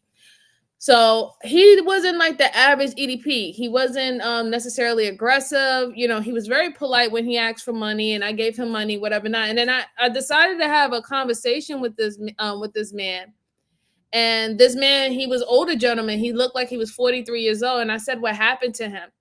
He told me that he was a stockbroker at a stockbroker in New York, and he had a gambling problem.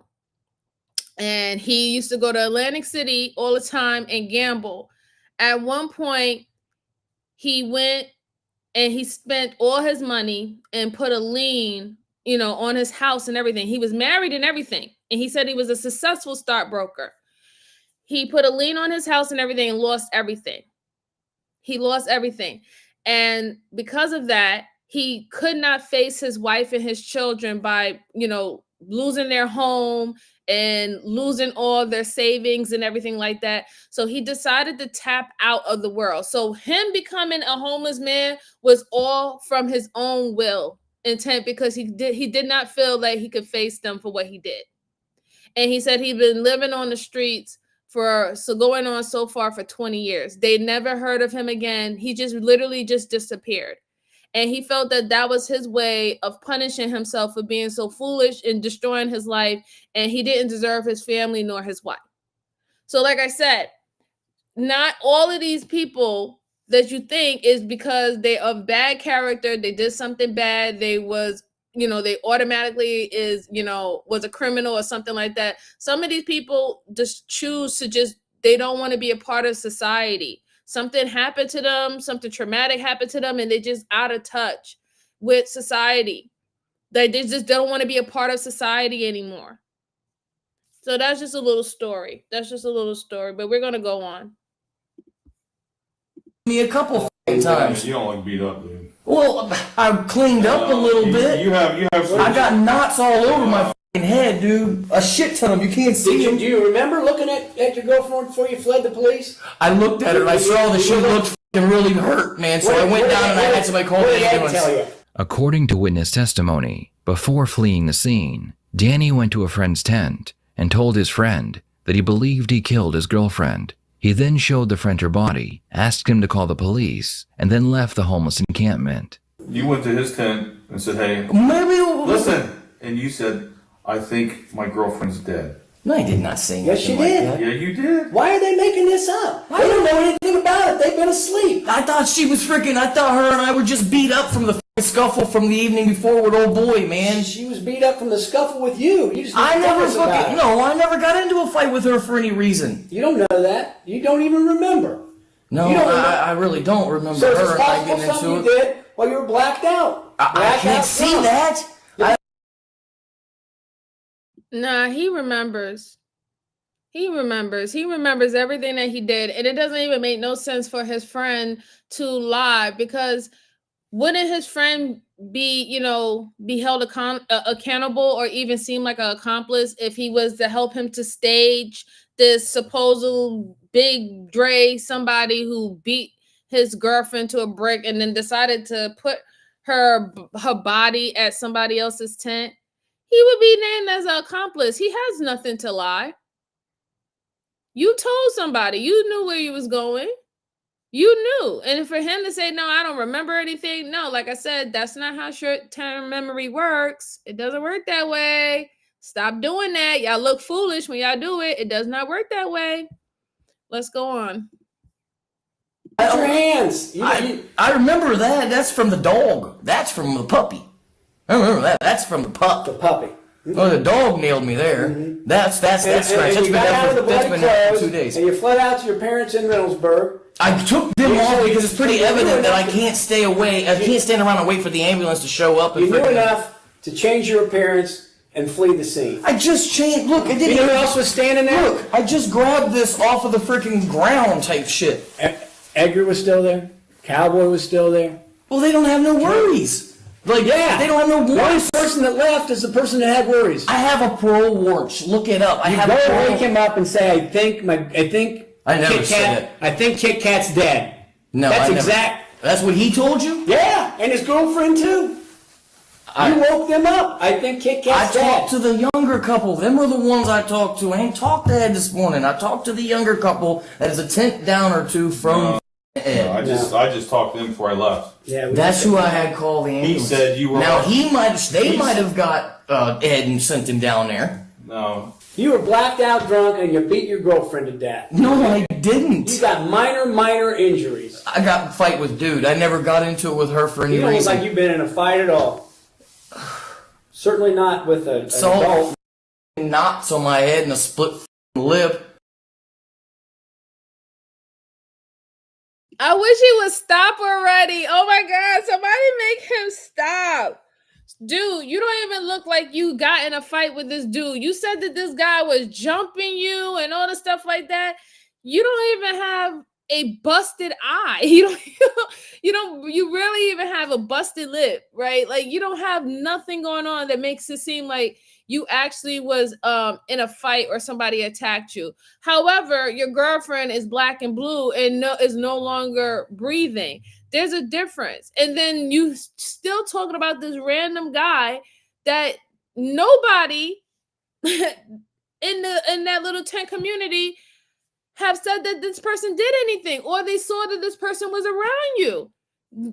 Who is this person? You're telling me you're the only person that know this person, but nobody else in the tent know this person? It's just weird. And then for him to keep on, he really trying to just sell it, but it's not biting. It's definitely not biting. He did too much, right? You did too much. You couldn't hold it, you couldn't hold it by yourself. You had to tell somebody in the tent. You moved the woman's body out of your tent and put it in somebody else's tent. You went to your father's house, changed your clothes, and then decided to call 911. Like, you did not even, everything you did is not the steps that somebody would do for someone who's their loved one. You did all the steps of someone who is guilty of committing a crime would do, trying to flee the scene of the crime. That's what you did, trying to cover it up. That's what you did. And he keeps on just talking and talking and talking, and it's just making it worse for him. It really is. They're not buying it. They're not buying the whining. They're not buying of you trying to create imaginary wounds in the back of your head and stuff. They're not going for this, dude. It's not going to work. Lord said, this guy is so stupid. He hasn't even once asked for a lawyer to at least afford him the opportunity to give himself a cohesive story. Yes, correct. And I think the reason why is because he has convinced himself that he didn't do anything. And that's one of the hardest things when someone has convinced themselves of their lies, that the way they really truly believe their lies, right? They really, in their mind, it makes sense. And they start looking at you with the deer in the headlights, like, when you don't get what they think. It's just crazy. Maybe a fight with a woman. Maybe that could be a possibility. If a man would have busted that lip, it would. Yes, exactly. And like I said, when I'm looking at his lip doesn't look like it's busted. It looks like it probably chapped, right? Because I mean, you're living in a homeless tent. I'm not going to necessarily believe that you have chapstick on you, right? Some are fortunate, right? Because homeless doesn't mean that you don't have some things, or you don't have people who gives toiletries and stuff like that, right?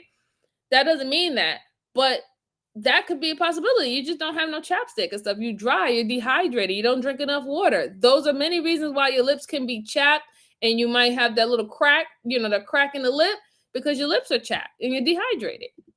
But your lips don't look busted.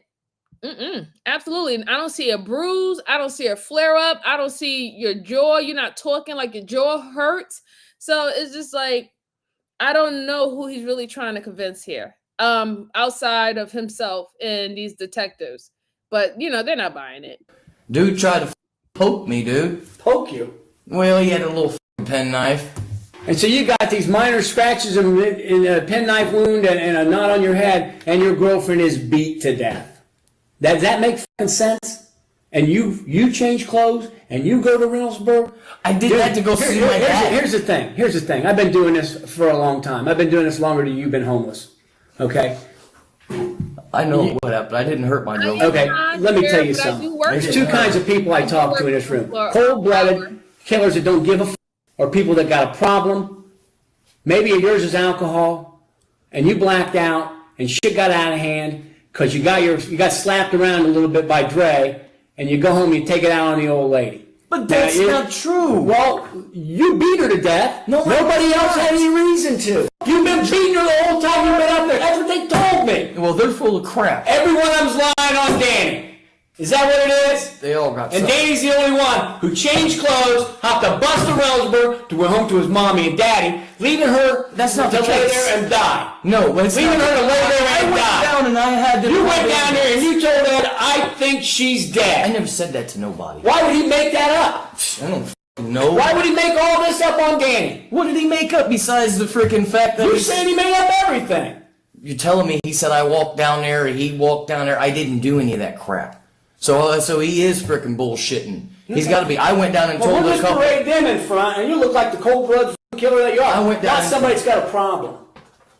Do you have a problem? I got all kinds of problems. All right. Well, one of them right now is the fact that your girlfriend's dead. You hopped a bus to Reynoldsburg, changed your bloody clothes. Well, I did that. And everybody at the homeless camp knows you beat this woman. But I don't. I went down. Bullshit. I got up, pulled my shirt off, looked down at her, freaked the out, seeing that she's hurt. Went down to the tent. I thought it was the other couple right there. Maybe it was freaking. Well, Jen. Man, I got names. You said Ed, right? Well, You said Ed. That's who I talked to last night. Granted, one of the guys that came over into the situation, but not this morning. I changed my fucking shirt and I have a fucking parole warrant from some old shit. So I had them call the ambulance, have them come down there and get her, take her to the hospital to get her some help. Well, they didn't need to. Because she was dead sometime last night. She was dead when you left this morning. The detective is starting to lose his patience, and he will begin to get aggressive with Danny. His biggest concern is if Danny and Kit Kat were really attacked. Why did the attacker barely scratch Danny, but viciously attacked and killed his girlfriend? So we just picked you out of the blue to sit in here and... No, you didn't, because that's my freaking fiance. Of course I'm going to be questioned, talked to, and put in through the fucking ringer. But I told you I have a parole warrant, so I couldn't wait for the freaking law dog, let alone freaking ambulance. The law dog. Is that what that is? Well, when you have a parole warrant, yes, because I should. What were you on parole for? Assault a police officer, disorderly conduct gone fucking wrong, I guess you could say, or resisting arrest is what it was. I mean, think about it. They gave me 8 felonies for it and gave me 17 months. If I was really that freaking guilty of the situation, they would have got me, for real got me. Then you'd pass a polygraph to all this. Yeah, sure. If that's what you'd like. No, that's not what I'd like. What I'd like you to do is tell the truth. I'm telling you, dude. Right? Because why aren't you the one beat to death then? Because if I wanted to but not that bad. No, if I'd have knocked you out and I had been on hurting somebody, why was he bent on hurting Kitty Cat? Huh? Why was he bent on hurting her? If I got you knocked out, I'm going to stomp your pinhead. That's what I'm going to do. I get kicked in my head a couple times, but not... Look at you. You're sitting here talking. She's got a broken jaw, skull fractures, laying dead, choked to death in her own blood there. Where you threw her in that tent. I ain't throw nobody in no tent. She crawled up in there, man. You remember that? A minute ago you didn't remember shit. No, I know. What time did she crawl up in there? I don't know what time Were you in there already? I had to be. Oh no, I crawled up in beside her. No, she already went into the tent. Why would she go in that tent and not your tent? Our tent was freaking collapsed. Well, you just told me that wasn't the case. It had to be. Because she wouldn't have went in there. Oh, he's annoying me. This is getting sickening. Dude, you just told him earlier that you had 3 tents and none of them were collapsed.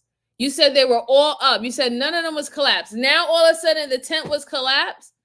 1 minute you said that you got blunged and you was knocked out, but now you know that she crawled in there with you. But how could you know if you was knocked out? It's just like he keeps on pretty much contradicting himself every single time he talks, because he's just trying to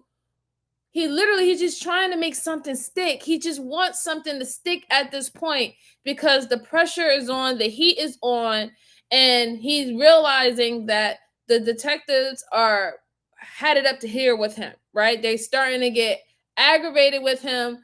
And he really think that this plane is, I don't know. And listen, I didn't do anything. I just left because I was scared. I had a warrant, but I literally went to go send for her to get help. No, That is not what you do with someone who is your fiance. This is not even your side chick. This is supposedly your fiance, and you leave your fiance who is bludgeoned, right? You said that she was pretty bad. You said that when you saw her, she was pretty bad. Now all of a sudden, oh, you saw her crawl in? How did you see her crawl in? Like, it does not make any sense. And he just keeps on burying himself, which is a good thing because justice needs to be served. But it's a bad thing while reviewing it because this is how so many people get caught up. This is how so many people get caught up, right? Because they literally, because the anxiety, they forget what they said just 5 or 10 minutes ago. And we all know it's strategic that they keep you in these interrogation rooms for sometimes hours, 3 hours, 5 hours, because it's all about breaking you down. That's a tactic. And eventually they're going to catch you in your lies because that's why they keep you talking and they want you to talk, right? So just don't talk, right? If you don't have it in you, don't talk. Let a lawyer talk for you. Explain your story to the lawyer so they can present it correctly to you. But nonetheless, I'm glad that he is talking and he's, pretty much digging this grave deeper and deeper for him because I believe justice should be served. This woman's life was taken in a very gruesome way, and then he literally tried to throw her body on somebody else's tent and run off in the sunset to make it seem like he didn't do anything and that he didn't even know what was going on. And then also try to make it seem that he was a victim too, with no wounds, no bruises. If it was a big, the way he described the dude, he said this was some big 6-foot black brawly dude named Dre. If you're saying that to make it to say that this man was scary or he's he's hot, he's taller than you or he weighs more than you, that means if he was to snuff you, we will see a visual of you getting decked by this Dre character. You don't even have a bloody lip. You're talking just fine. Your jaw doesn't seem like it's inflamed. Right? Like you have no bruises on you, sir. None. It just is so annoying sometimes. It really is because Flower said he has the IQ of oh God. DJ H said, by the way, I love your show. Oh, thank you very much. I appreciate your compliment. Thank you so much. I'm glad you're enjoying it. Let's see. William Turner said, guess who's going to be found guilty and sent to prison or chamber for this crime? Yeah, absolutely. Like I said, he did everything that someone who is a suspect would do. Someone who wants to hide a crime or hide their involvement in a crime would do. You didn't do anything that shows that you was actually a concerning fiance and that you and your fiance got jumped. Let's go on. How did your tent get collapsed? It shouldn't have been collapsed. That's where I thought I was in my freaking tent. I thought I was in my freaking tent. But it turns out it must have been freaking Ashley and them's tent. It had to be if that's what you're freaking telling me. I can't even I'm in shock right now. Freaking the fuck out. I can't even cry. That's how stuck I am. She's not going to the hospital. Yes, she is. She's fine. She'll be alright. She'll be just fine. She could have been fine if you'd have checked her, make sure she wasn't dead. I didn't know. No, you didn't do anything. I don't. What the fuck am I to do? You know what can why? I do? I haven't called the ambulance. No, you know why? Because you knew she was already dead. No. Yes, you did. Oh hell no. Yes, you did. I went down and had him call the ambulance because she was Ed hurt. came back with you and agreed with you that she's dead. No. I never talked. I know. No. I'm telling you. That's where we're at. I'm telling you the Why truth. is everybody else I'm talked to today? What have they told you besides what you told me? They said me and my girlfriend get into a fight. I slap her around. I beat her up. Yeah. But that's not the case. Have we had our arguments, screaming, shouting? Sure. Were you having one last night? Not with her. This is not how you want to go with this. This is the only way to go. Now, earlier he said he ain't never argued with this woman. Now he said, we be arguing, screaming, and shouting. I'm over it. I'm over him. I'm so over him. I'm done. Oh, I haven't done anything that you guys are actually now giving me, and you're telling me that I beat my frickin' girlfriend to death. Yeah, no. That's what you're telling me. You know what? I never met you before this morning. And before I met you, I met 7 different people say you put hands on her. 2 of them work at 61 East Mountain Street. It's at the shelter over there. She comes in, beat to shit all the time. Now, these aren't people drunk in the woods living in a tent. These are people trying to help people drunk in the woods living in a tent. They've tried to talk her into leaving you because she comes in there with her eyes swollen shut. She comes in there with these fat lips. She comes in there with bruises. Oh, well, you don't know. No, don't get that twisted. She has had some bruises on her face and this, that, and the other. But yeah, because you put them there. No, I didn't. I don't. Big, tough, badass, right? No, she'll get fucking drunk and freaking go down the hill, dude. I've watched her. She has no equilibrium when she's drinking. She fucking busts herself up more times than I can count on accident. But I did not put my hands on her. Anybody in the camp that says they've seen you put hands on her, they're lying too. They're lying their ass off. Everybody's lying, but I've never put my. You're the only one telling the truth. Is that right? No. Is that where we're at here? I may not have and you're the all the only facts. one has got something to lose here. And yet, you're the only one jumped on a coda this morning to unask the area. No, I went to go see my dad, that's all. What, out of the blue? No, because the freaking kitty cat was hurt. I'm hurt. Was your dad a doctor? No. Your dad some kind of surgeon? Just what the hell's your dad going to do? Just wanted to go see him and have some support with the situation, because I can't. How'd that work out? I can't go to the cops. What did they do when they saw you show up? What happened? They called the police. What did they tell the police? I don't know. I wasn't there 2 minutes when law enforcement showed up. Who else? Bruh, not your own parents call the cops on you because you are a bandit who has been aggressive to many people in your life. They called the cops because you wasn't even supposed to be there. That's probably why. Like, wow. So the police met you at your parents' house. And that is before anybody was actually looking for you. The parents called the cops off a GP. Or did you tell them the same type of story? Did you tell your pops that you harmed your girlfriend and he called the cop on your ass? Because that's what it seemed like what had happened to me. It seemed like you told your pops and you thought your pops was going to hide you out. And he said, no. And he was like, 911. Yeah, he's here. Come get him if you're looking for him.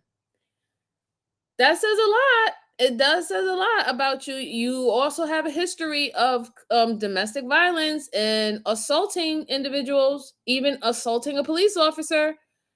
So you have an anger issue. You have an anger issue where you don't know how to keep your hands to yourself, and you have admitted to them that you drink a lot of alcohol. Right? You have a very serious vice. Probably a part of the reasons why you're homeless now. Is because of that. He's just telling too much. He's just saying so much. And he thinks that he's not saying anything. But when you really dissect the things that he's saying, it tells a lot. It tells a lot about this person and what he has done. Also, his relationship with the people in the tent community, his own family. It says a lot. Let's go on. Did you talk to prior to? I just texted my dad a couple different times, and What did you text him? I texted him and said something about how I think Kitty's hurt. She's going to the ambulance to go to the ER. How would I come up with this stuff? You think I picked you out as a wife beater? The people that deal with you guys on a daily are telling me you're a wife beater. But I'm not, man. That's the thing. I'm not. Well, why are these people telling me this about you? You recall a little bit. You text your dad. I'd say Kitty's hurt. I think I got the ambulance is going to take her to the hospital. That's bullshit. Something to that effect. That's what I. Well, we can always look at the phone. Ed already gone back and confirmed she was cold to the touch. You don't remember that, but Ed's going to testify to it. You need to get your ass in front of this, Dan. I didn't do what you're saying I did. I got into a fight with fucking Dre. You're saying that I beat my girlfriend to death is what you're saying. Yeah. That's not the case. Okay. I didn't. I got into a fight with another dude. Somebody did. I got into a fight with another fucking dude, and then she jumped on his back, he flung her off, then he popped me, and I went fucking out, man. Despite the many attempts to get him to be honest, Danny continues playing games and blames his girlfriend's death on another man. The detective decides to give it one last shot and be as loud and as straightforward as he can with Danny to get him to confess. Now, if you don't remember doing it, that's one thing. Don't be framing somebody else, some innocent person, because you drink yourself to blackout drunk.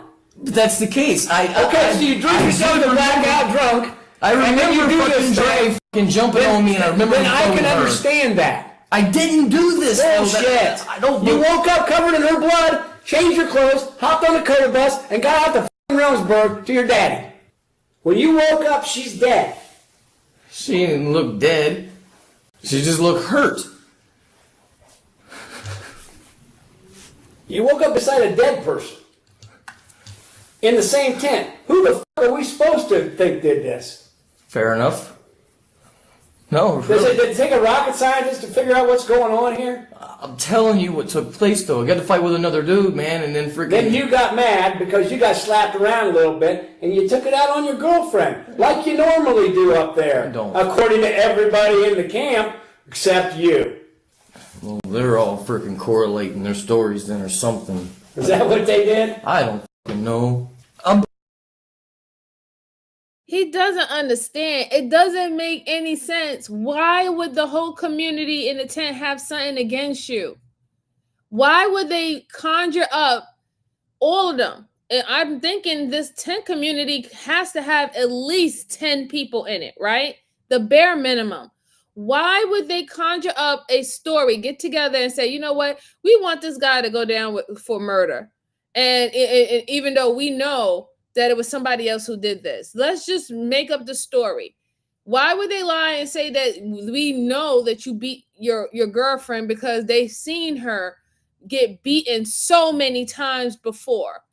Why would you tell your father that your girlfriend is really hurt and that, you know, you called the ambulance to see that she was okay? You ran to your father. Here's the thing. You don't even live with your father. You're in a homeless tent. So somewhat, I'm going to assume that maybe your relations with your father and your parents is shaky, right? Not to say that, you know, there might be something there, but it's a little rough. You ran there for safety. You ran there for help and assistance, and you told your father, you just admitted, you told your father that Kitty Cat was hurt and that you was calling the ambulance. There was a reason why your father called the cops on you. Because you probably told your father that you hurt Kitty Cat really bad. And that you got a warrant, but I'm going to call an ambulance and get her help and everything's going to be good. And your father said, oh, hell no. You're going to get arrested. I'm going to call the cops on you because obviously you hurt someone. And you hurt this girl. Like you, and for him to sit up here and think that everybody's doing this against you, and that's just literally some of the traits that you see with people with high levels of narcissism in them, right? Because he wants to make himself seem like he's the victim, even though his fiance that he swear to death that he loves is literally not alive anymore. He has no concern, even now with his fake crocodile tears, he has no concern that she's gone. And if it was really someone else that did it to her, why are you not amped up to help these cops find the person who really did it? Giving more details and everything. Everything, you're just trying to excuse it away. And then you said that, oh, when I saw her, she looks fine. If she looked it fine, then why would you go and have to call the ambulance? And then on top of that, if she looked it fine, why did you leave? And then notify everybody that she's hurt and then call the ambulance if you thought that she was okay. You knew that she wasn't okay. You knew that she was black, blue, and purple and cold to the touch in the morning. You knew that. And you got scared and you ran off. That's what you did. There's nothing else makes sense. Nothing else makes sense whatsoever. Just Jay said, lying like a rug. Yep. It's a conjuring. Yeah, exactly. Like, dude, you're not even that important. Like, these people are in a bad shape just like you. You really think that you're that important that people who are in a homeless tent shelter is sitting up there worrying about you, that they have all this time to be trying to, set you up? That's your ego talking. Let's go on. I'm telling you. No. I'm not listening to any more lies. If you want to lie, you can go lie to your cellmate. We'll stick you in on this probation. We'll come down. We'll drop the murder warrant on you, and then we'll just let it fly. If that's what? I didn't kill her. Bullshit. She's dead. I didn't do it. Who did it? It had to be fucking old boy. It had to old boy. I want to say his name, but you keep on telling me not to set an innocent man up. Now I'm getting to thinking that I don't want nobody to get in trouble. You didn't see who did this because you're passed out. Yeah, you threw Dre's name out there. That's who I got into the last fight with, and I watched that. But yeah, that's you getting in a fight. Who did she? She didn't get in a fight with him. On his fucking back. So your ass who slaps her around on the regular? Bullshit. I don't slap her around. What is she? She 5'3", 105 pounds? Did you take a good look at your dead girlfriend this morning before you ran to your dad's? I did. I seen that she was hurt. You knew she was dead. I had told you she was dead. I didn't talk. So that makes perfect sense what the detective says. If there is this guy named Dre, you got in an argument with Dre, you probably thought that he was hitting on Kitty Cat, and y'all had a little scruffle. You was getting your butt whooped, or he had the best of you. She tried to jump in and break it off. She didn't want you to get hurt. And you took your anger and frustration that you, quote unquote, lost against Dre on her and beat her to a pulp. Like, that's just wicked. It's beyond wicked and insane.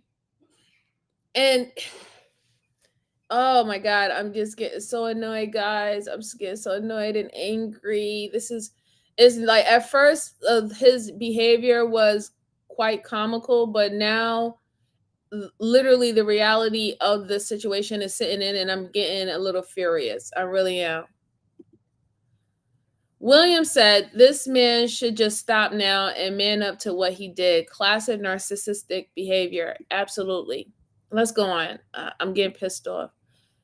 Ed, I didn't know she was freaking dead. I told you I went down and told the young couple, and they might have went down and got Ed. That's fine. You go with this. What do you mean save my ass? How am I going to save my ass? The woman that I'm engaged to is fucking dead right now. I can't. And you're feeling sorry for only yourself. I'm not feeling sorry for anything. I'm confused, and I didn't fucking do what you're accusing me of. I didn't do Everybody else out there. Everybody out there. Well, then you know what? Then I'll see him on the stand. Okay. But you just had a bad What do you want night. me to say? I didn't want you hurt to tell her. me the truth. I'm telling you, I got into a fight with old boy, and she hopped on him, he thrown her, and then that's all I really remember, man. And you're the only one up there. You're the only one in that whole camp that has that version of last night. I wouldn't see why. Why not? Why? Well, I'm telling you it is. It's not my job to see why. I'm trying to tell you, that's how stupid that sounds, because we talked to everybody up there, and you're the only one that's told us that. And shockingly, that's the story that has somebody else responsible for her injuries. Yet you're the only ones come up with that, and we talked to everybody. And they didn't have time to get their story straight. You know why? We woke some of them up. They were asleep in their tents when we got there. And they're concerned about her safety, and now she's dead, beaten to death. Thank you for coming, Bruce. I appreciate you. I didn't beat her up, man. You killed her. I didn't kill nobody. Yeah, she's dead. But I didn't do it. Yeah, you did. Is it possible that you don't recall doing this? Anything's possible, I guess, but I don't. I'm asking you not if anything's possible. I'm asking you, is it possible you beat your girlfriend to death and just don't remember it? I'm not asking you if anything's possible. I'll ask somebody else if I want to know that. That's not possible. Okay. You're gonna get the wrong guy. No, we're not. You know what? I didn't do it. Yeah, I really did. You keep telling yourself that. I don't have Guess to tell what? myself No that. more malt liquor in the town. No more malt liquor in state penitentiary. You're going to get a chance to dry out. Here's the good news. I will make sure they build a new jail on top of you. Because here's the difference between somebody that makes a mistake and owns up to it and somebody that covers it up. I'll see I him do, in court. Bruce, I do. So I said I'll have to. What'd you say to me? Day I said I'll 7 have for to me. see him Day in court. 7. Yeah, in about 18 months, that's exactly what will happen. I didn't do what you're accusing me of doing. The detective leaves the room. While he's gone, Danny makes sure to act as devastated as he can because he knows the cameras are recording him. No, baby. Oh, kitty cat. This is my baby. Kevin, please don't be dead, baby. Size shoe you wear there, killer? Sit down. Sit down. Size shoe you wear? Oh, 8.5. 8.5. Get your pair of 8.5. You have, baby. Hey, Sterling. Yeah, no more money. I didn't do this to her. I'll never get to kiss her and hold her again. I'll never get to hold her again. Oh my God. I didn't do this to her. We're going to get some pictures of you. Danny? What? Huh? What? What do you mean pictures? Like, We're going to take some photographs of your Absolutely, injuries. Moon Girl. No, you're not. Absolutely. Excuse me? not without my consent. You're Yeah. not. No. Yeah, well, I yeah, we are. refuse. I mean, you're more than welcome to if you like. I shouldn't be giving you a hard. So now he wants to be bold, and now he's not willing to consent to give his sneakers. You know why? Because even though he was able to change his clothes, if he said he had blood all over him, her DNA can be found in his sneakers. Y'all remember a couple months ago we did the case about that woman who unalived her boyfriend, and she had a certain sneaker on, and she thought that she bleached her sneaker very well, but she didn't know that within the lace, droplets of the blood can still be found in there, right? And that's how she, she got caught, because it was that person's DNA was in the sneakers. That's why they wanted sneakers. He has the same sneakers that he had on yesterday. If he said that, he touched her when she was bloody and all the stuff like that, they're going to find her blood in there. But now all of a sudden he want to be big tough guy and be like, oh, not without my consent. Dude, it's over. Okay, it's over now. You talking about not my consent? You should have said nothing from the beginning. You should have said, no, I want a lawyer. Okay, that's what you should have said. Don't get me into the sermon. Don't let me start getting the Negro spirituals going on. You should have said, I want a lawyer. Yes, that's what you should have did. Not now, not literally an hour and 30 minutes in talking about, well, I ain't giving my consent. Not with my consent, I'm not going to make your job easy for you. After all that wailing, all that fake crying when they weren't in the room, but when they're having a conversation with you, there was no tears.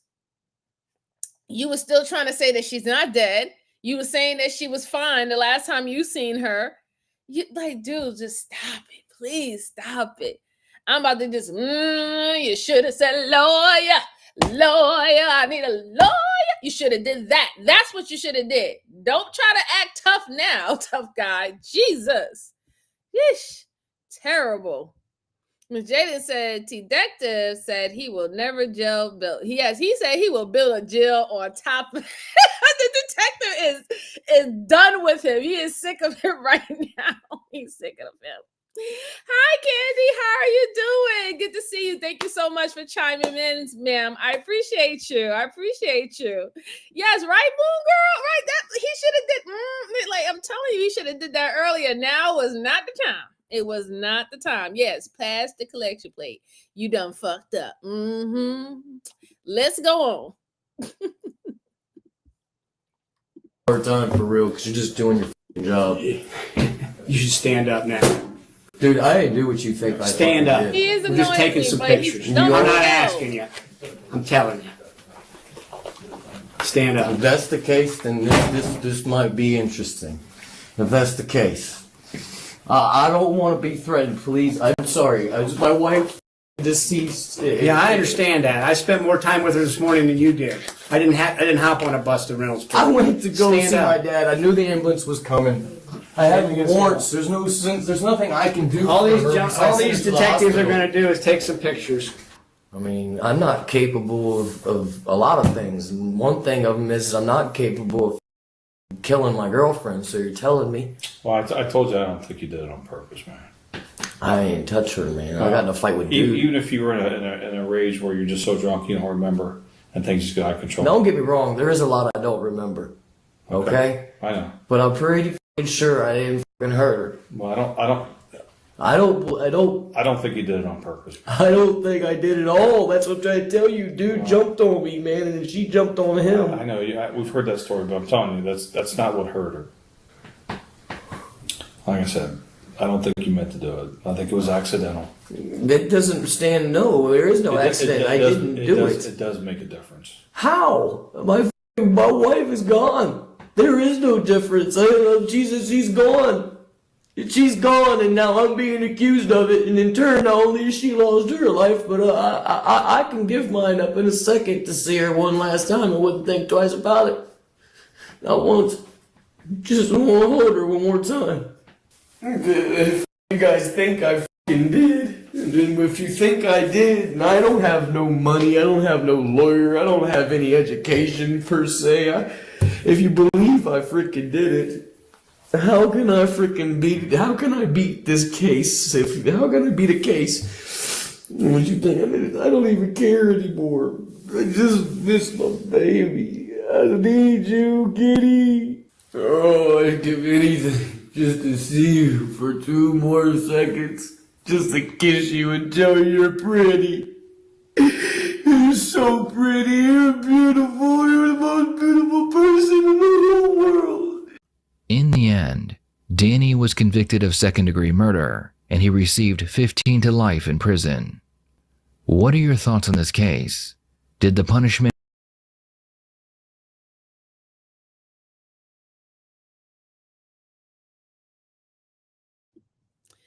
Yeah, all that performance was not good. That was not good on his part. Definitely not good on his part.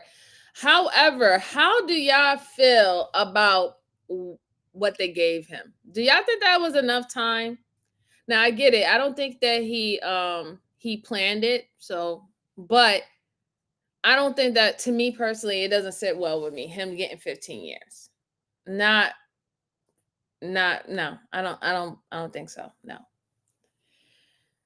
What do y'all think? I don't think that 15 years is good enough. I think that he should have got a little longer, especially for the simple fact that he did a lot of things that will make yourself look guilty, right? And I understand being scared and warrants and stuff like that, but if you really didn't have anything to hide, then the police coming to see what happened to her and them doing their due diligence would not affect your warrants. You left the scene of the crime.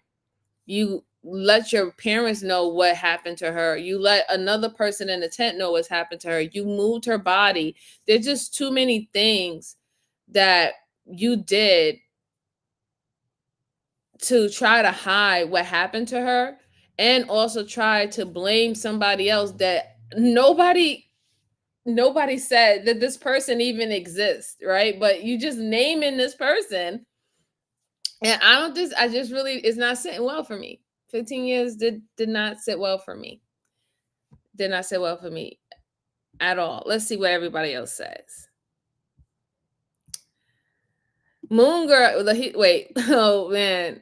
Shelly said, way wag. Yeah, why wag? Yeah, way wag. Yep. He's so fake. Yes, I agree. Right. Miss Jalen, his fiance, his girlfriend, his wife, it changes like his socks. Like honestly. All right. And let's see. Flower said, Fraudmeister. Yep. Yeah, she was getting tired of his wailing, his fake, oh, I love you, baby. She's getting tired of it. Bruce said, wackadoodle doodle. Yeah, wackadoodle do. Absolutely.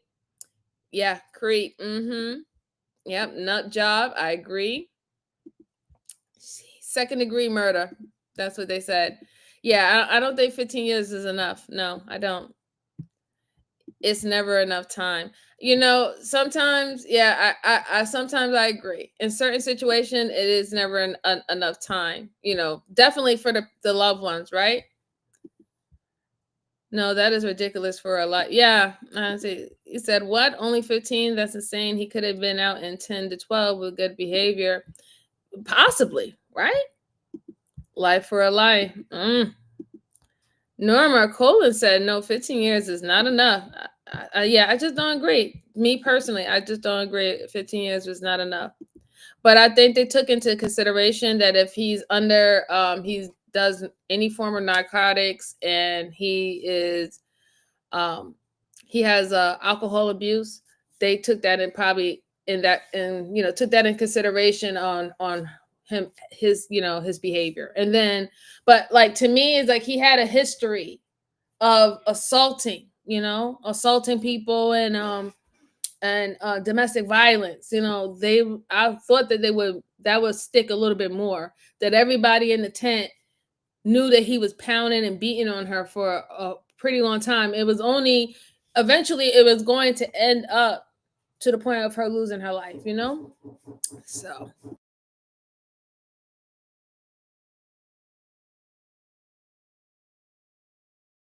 And that's only it's fed time. Fed time is 75% that you have to do no matter what. Where is the state time in which much lower than the 75% fed time requirement, right? Not just murder to be considered tampering with a course destroying evidence should have been added to his charges to little time for him. Yeah, I agree. Not the Section 8 call out. Wow. Let's see. Should have given him 50 years for having to listen to and Flora said he got on She was just tired of him. All right, guys. So I got one more case for you guys. One more case, and then we're gonna step on out of here. But I truly appreciate all of you. Just make sure you're hitting the like button for me as you're coming in, just coming to say hi. Or you can hit the dislike button if you don't like it. It is what it is. It will all help the channel. And share this out to anybody who is interested in these cases and having this immersive conversation about these cases, okay? So the next case is in reference of a woman named Laura Wallen. So they said this is a terrifying story. The lady, she seemed like a beautiful lady when I saw her. So I want to know if anything happened to her or was she involved in somebody else's disappearance. So let's go on. Let's look at this. And here we go. For a Sunday adventure, as her boyfriend, Tyler Tessier, called it. The Maryland countryside is breathtaking with rolling hills, lush fields, and vibrant green trees. Tyler eventually pulls off the road, stops the vehicle, and gets out to make a phone call. Laura is so excited. They have a baby on the way. Was Tyler finally going to ask her to marry him? Was that the reason they were in this huge open field? She sends a text to her sister, Jennifer Coddy. Her sister wants to see, so Laura takes a picture of the landscape and sends it to her sister's phone. It really was a beautiful place. The reason why they were there would be revealed very soon. Before we begin, we would like to send our deepest sympathies to the loved ones of Laura Wallen and baby Reed Wallen, who fell victim to the abominable acts described in this case. Laura Laura Wallen was a 31-year-old teacher of social studies at Wild Lake High School in Columbia, Maryland. She loved her job and her students. She'd even been named Teacher of the Year in 2016. The new school year was about to start, and Laura had been so excited about it. She'd even decorated her classroom for the upcoming first day. So, on September the 5th, 2017, it made no sense for her not to show up for the first day of school. When the school called her family and told them that she hadn't shown up for work, they knew that this wasn't like Laura, and they grew concerned. The family called local police and requested a welfare check on their daughter at her home address in Olney, Maryland. When police arrived, nothing seemed out of the ordinary, except that Laura and her vehicle were gone. The report back from the police did not ease the family's concerns over their daughter's disappearance, especially since Laura was 4 months pregnant. The police reached out to Laura's boyfriend, Tyler Tessier, but he told them that he didn't know where she could be. Over 10 years of being in and out of a relationship was how it was with Tyler and Laura Wallen. Certainly a bumpy road for the couple, but they would break up and get back together time and time again. Tessier himself threw a wicked twist into the story eventually. He took on another girlfriend, a teacher like Laura. They even moved in together in 2012. Her name was Christina Wagner, all the while maintaining his relationship with Laura. He maintained them both because he lied about both.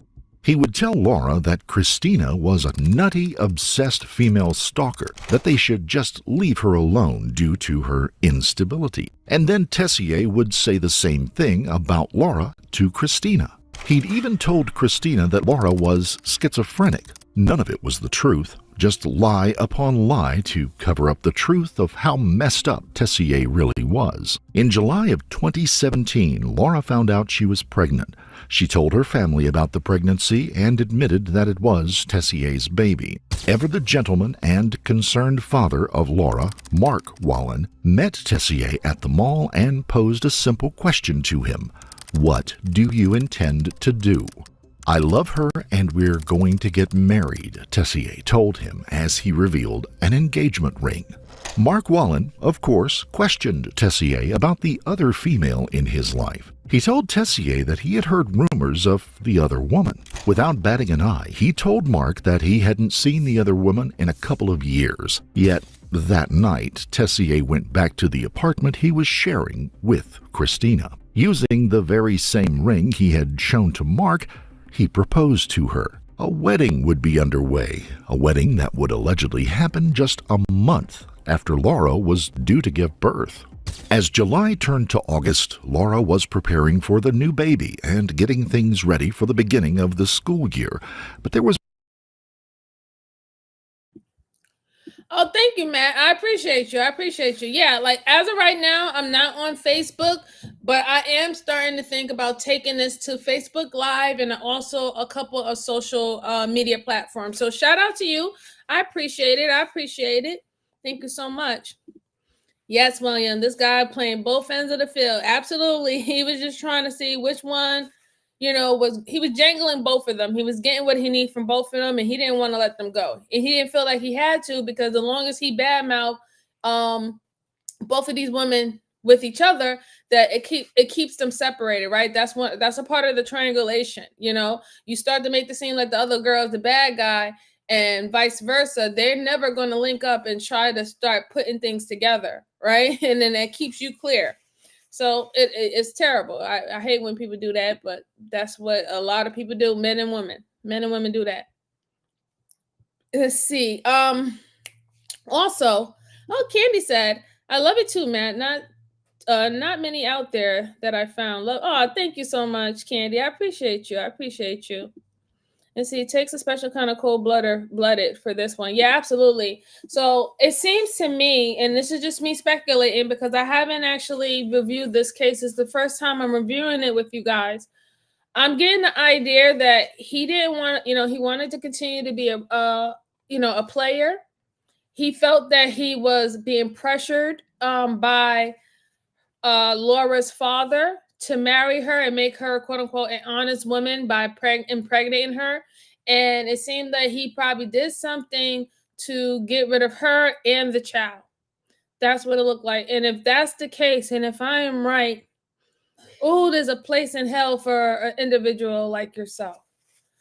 But let's go on. There's one thing that had put a dark spot on her happiness. Laura knew about the other woman. She'd even met her once, but when Laura discovered that Tessier was engaged to this woman while in a relationship with her, she wanted some answers. So, on August the 28th, 2017, Laura sent a text message to the other woman. She wanted an explanation. The other woman, Christina Wagner, was furious and texted Tessier about Laura contacting her. His response back: Christina wanted to speak to the police about what could be done to Laura. They went down to the police department and spoke to an officer. He told them both that they could take out stalking charges and get a protective order, but that all parties would have to be present in front of a judge and under oath. Tessier wanted none of that, so it was let go. On Labor Day weekend, Christina and Tessier were supposed to go out of town to Pennsylvania and do some shopping for bridesmaids' dresses, but Tessier faked a knee injury and Christina went on her own.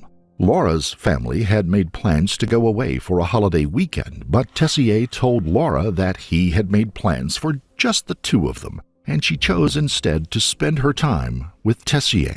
Saturday rolled around and Tessier took her for dinner and then showed her different pieces of property. He told her he wanted to find a good piece of land to build a new house just for the two of them and the new baby that was on the way.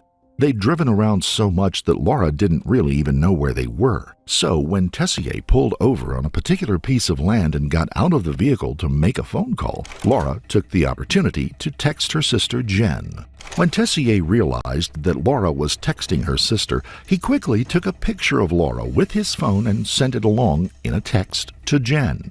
Unfortunately, it would be the last picture of her sister's sweet smiling face that she would see. On Sunday, Jen and Laura texted briefly. Laura told her sister that they were still on the adventure, no engagement though, and she wasn't feeling well that day.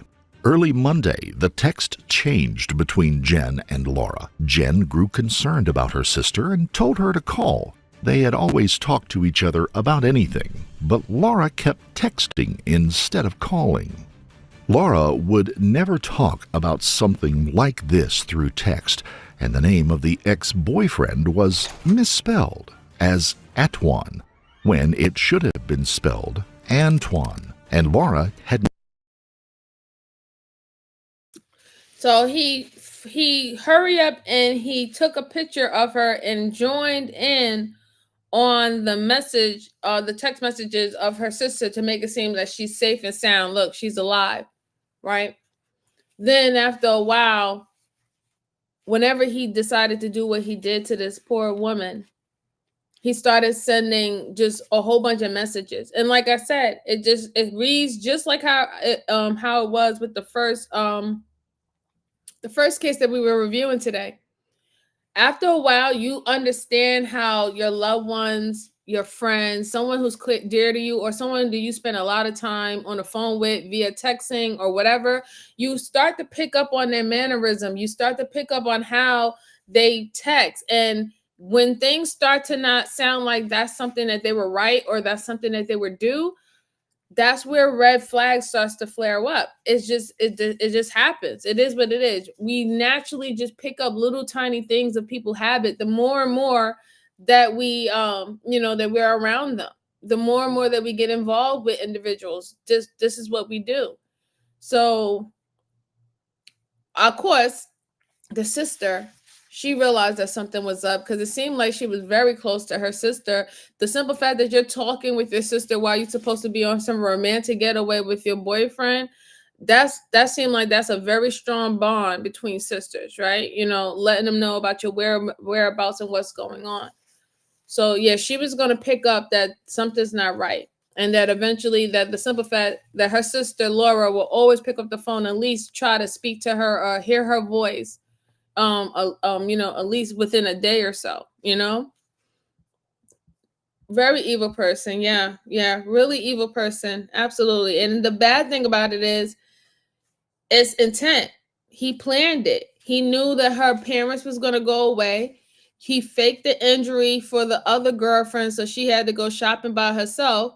And then he went and he lured her and put her into this location and spot, talking about he wanted to build land and all the stuff like that. The whole thing is planned out. Yeah. Yep, William. Absolutely. This sounds like premeditated murder, not just a Laura, but yeah, absolutely. It was. Absolutely. So let's go on. Let's hear what happens. Hadn't seen her ex in 2 years. It was then that Jen knew something wasn't right. Her classroom was all set up for the start of the new school year, but on the first day, Laura Wallen never showed. She was absent. Again, very unusual. I'm very committed to her job. Wallen teaches social studies at Wild Lake High School. In 2016, she was awarded Teacher of the Year. On Monday, the day before the school year was set to begin, she reportedly sent a distressing text message to her family. It is troubling that the family was alarmed enough to call the police department and get detectives to start investigating where she may be. So it was alarming enough that the family said we need to call police. On Monday, September the 4th, when the family got back to Olney, Maryland, and her father went to Laura's home, where they found candles burning and Laura's dog inside, but no one was home. Laura's father sent her a text saying that she was upsetting them by being so evasive and that she needed to call, but Laura never called her father. The missing teacher's father and sister did the same.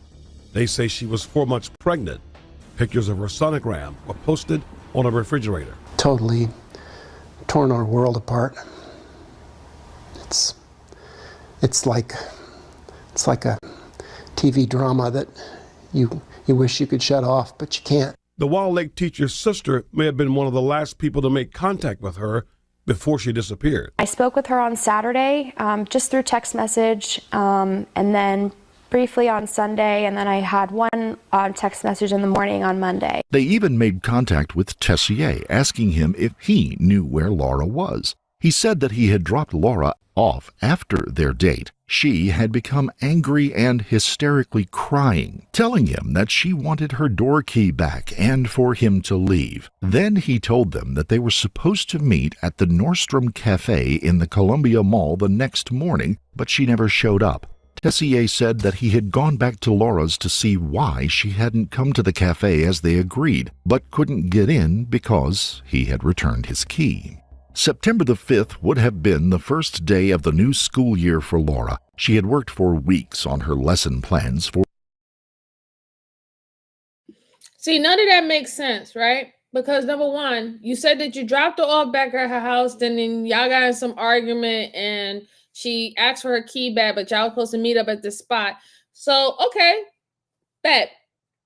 Let's see if there's any cameras of you and Laura coming back where she's walking into her house. We can solve that right then and there. I want to see a video that shows that you was walking with her later on that evening back to her house.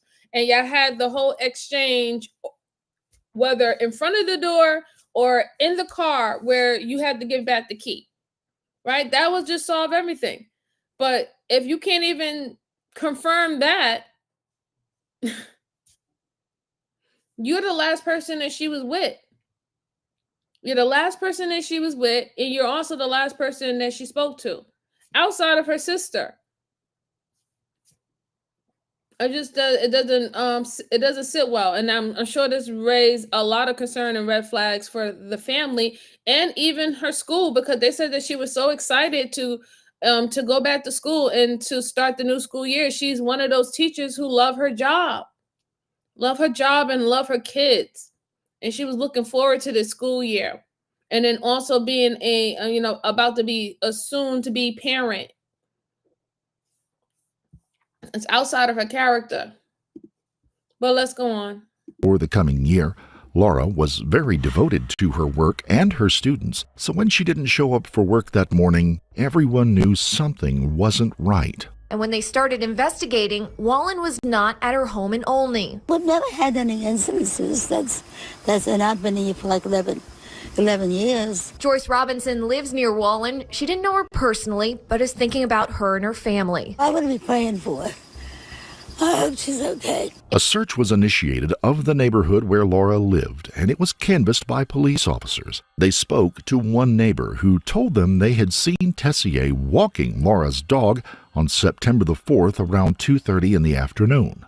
Laura's 2011 black Ford Escape was also missing, so an alert was put out on that vehicle to all law enforcement officers. Volunteers came together to hand out missing persons flyers and to put up posters of Laura along with information about her. Appeals to the public for help in finding Laura.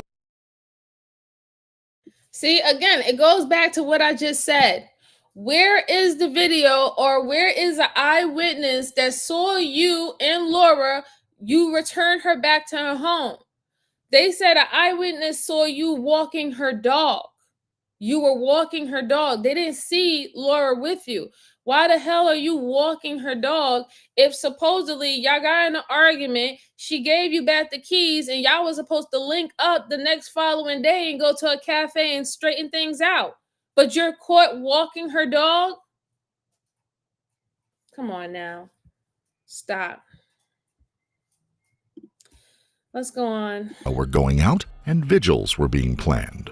Have you heard about the missing school teacher? A community effort to help find a beloved teacher. Let them know we feeling this just as much as them, bro. Saquon Maxwell says he had Laura Wallen RB, as is a that teacher, you, but or says that's somebody she's else, much sir? more than that to so many people. She's always willing to put her students first. much, So Bruce. I know if one of us was in appreciate this you. situation, she would have been head on, attacking it and in the streets just like we are. He says he organized a meeting at Wild Lake High School where Wallen teaches on Saturday. A group of about 20 met up, got a stack of flyers, and hit the streets in Columbia. My heart goes out to her wherever she is. I feel like I'm doing something. I feel like I'm helping to find her. I feel like the more people that know what's going on, the faster we can find her. A small group then went to Olney, where their former teacher lives. They went door to door, talking to neighbors and giving hugs into the evening. She had a spark and she cared beyond the classroom. Spreading a message that Maxwell says hits too close to home. The school needs her. We miss her. We need the loving and the smile and the care. The group tells me they're not going to stop passing out these flyers and working to spread the word until she's found. In Olney, Amy O'Bear, ABC 7 News. That's devastating. She see that? She was well loved by her students. Her whole students was out there looking for her. Her own students were doing more trying to find her than her own supposed fiance and the father of her child. That's just, let's go on, man. Mark and Gwen Wallen offered a reward to anyone who might have information about their daughter's disappearance. We miss her and we love her, and it's one of the hardest things a father can do is have your child taken away way too soon, and all we want is for her to come back to us. On Thursday, September the 7th, an employee from an apartment complex called Gramercy Place in Columbia, Maryland, called police to advise them that she had found a driver's license in a dumpster and the name on it was Laura Wallen. The employee also found a discarded cell phone near the license. Police responded and also found Laura's 2011 black Ford Escape backed into a parking space there with the front license plate missing. The Ford Escape was located less than a mile from the Wild Lake High School where Laura taught. Investigators would process the vehicle looking for any evidence that may have been left behind, a fingerprint, a hair, blood, or even a gum wrapper, anything that could give them a lead as to what had happened to Laura. They would also process her home, go through her computer, interview friends and family, look through surveillance video, and talk to anyone that lived where the vehicle had been located, hoping that someone may have seen something that would help locate Laura. Police also found that the last transaction on her debit card occurred at a grocery store called Safeway in Olney. It was on September 2nd between 8:30 and 9:30 p.m. They gathered surveillance footage from the store. She wasn't alone. Tessier was with her. Laura would be listed as a missing person for 9 days. She was 4 months pregnant. Detectives interviewed Tessier several times between September the 5th and the 11th. With each interview, Tessier gave conflicting information concerning Laura's disappearance. One story was that several men had kidnapped the two of them, killing her but sparing him because he begged for his life. Another story was that the two of them had been getting into an argument. Tessier said Laura demanded her key back, which he returned at 8:30 a.m. that Monday morning. He told detectives that she'd been very upset, and he told her they needed to talk when she had calmed down. He said he told her they could meet at a cafe in the mall. When she hadn't shown up, Tessier said he went back to Laura's to see why she wasn't there, but no one was home. Yet a neighbor allegedly saw Tessier walking Laura's dog around 2:30 in the afternoon.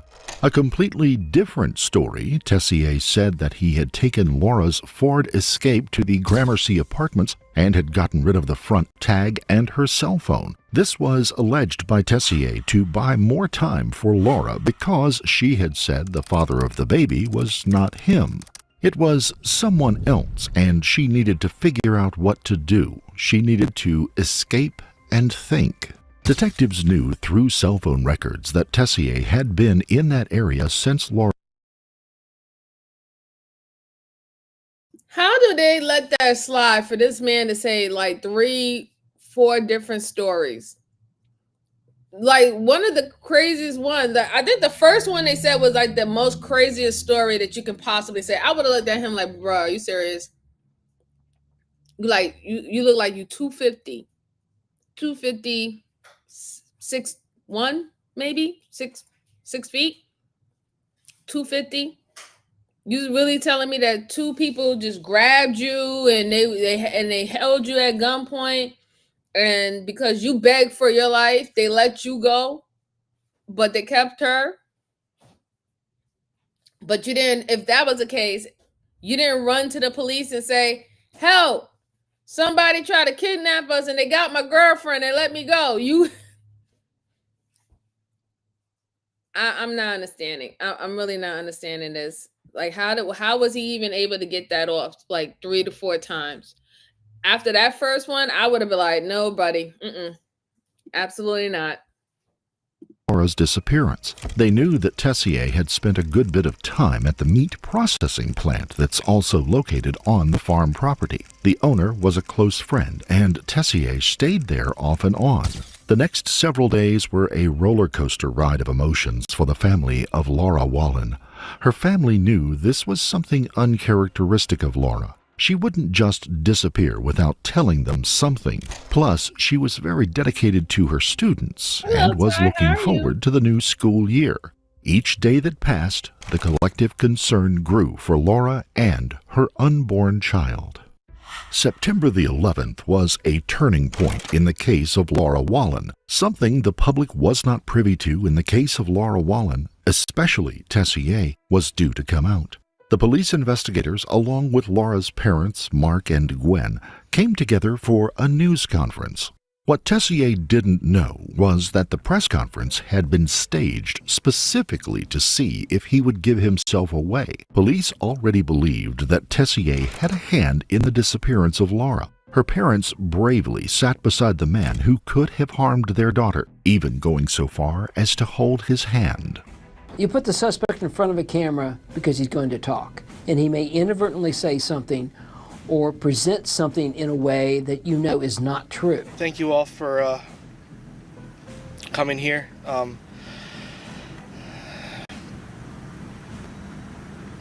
Laura, if you're listening, it doesn't matter what's happened. It doesn't matter what type of trouble. There's nothing we can't fix together.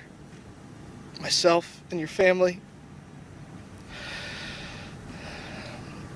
There's so many people that miss you. There's so many people that were out. We haven't slept. We haven't eaten. We're just looking. And we're praying that you're safe. And I'm asking to just let us know that you're safe.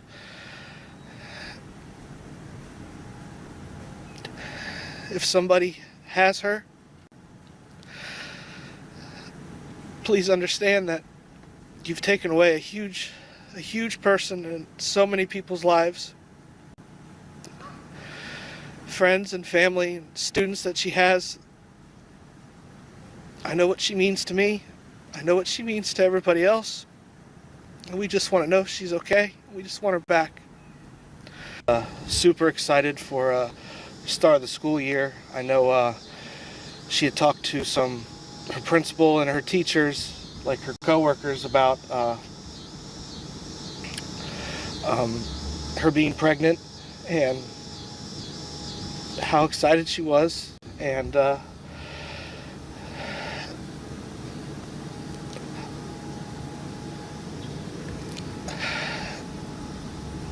it's just a complete shock that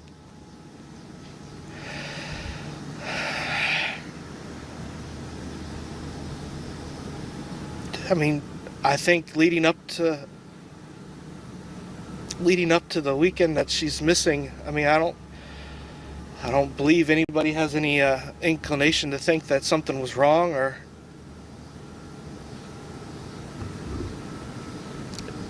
just. Remember any of your last conversations with her? I'm sorry? Any of your last conversations with her?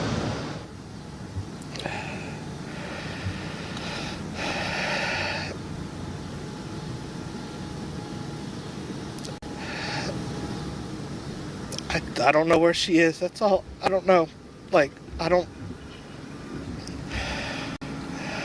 I know we're all trying to.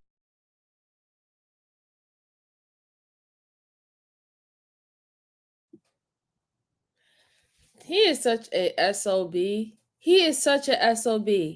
Sir, you are so fake. Everything you're doing is so fake. You are drier than dry paint. So fake, okay? How they ask you, what was your last moments with her, or the last things you talked about, and you made sure to be quiet and stay quiet and just say, listen, I just don't know where she is. Like, sir, are you kidding me? If you didn't you say that you dropped her off at home? Didn't you spend the quote unquote weekend with her while her family was away? And you sent the other girlfriend shopping in town? Like, this guy, he's so freaking fake. It's just disgusting. It's just so disgusting. Why are you so fake, sir? And like, you really, I'm glad that the cops, set them up, right? Bruce said it. They was being some sneaky little MFers right now, but they set this whole press thing up to see if he will talk, right? Because there is sometimes these people, when they think they get away with stuff, their ego gets, boasted, and they'll start to let things slip out of their mouth that they would never have done if they thought that they were under the microscope.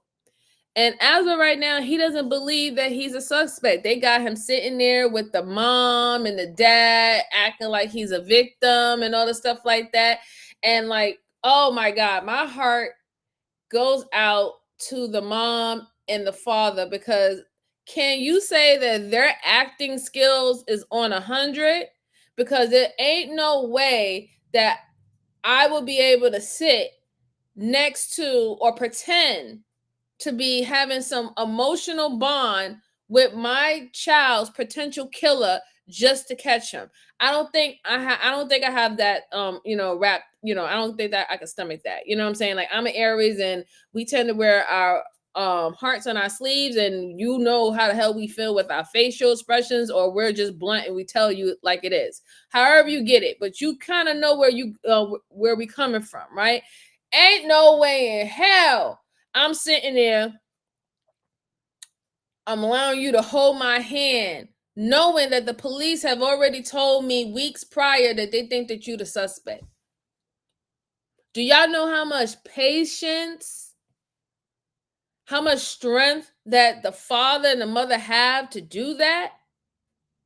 because they're thinking outside of what they're feeling and how they're feeling. They're thinking about their daughter and they want their daughter to have justice. So even though the father would like to take a whoops upside his head or a pipe or whatever, and the mom probably wants to like break his arm because he's holding her hand, they're literally just keeping calm, keeping whatever, and getting whatever they need to get to make this stick.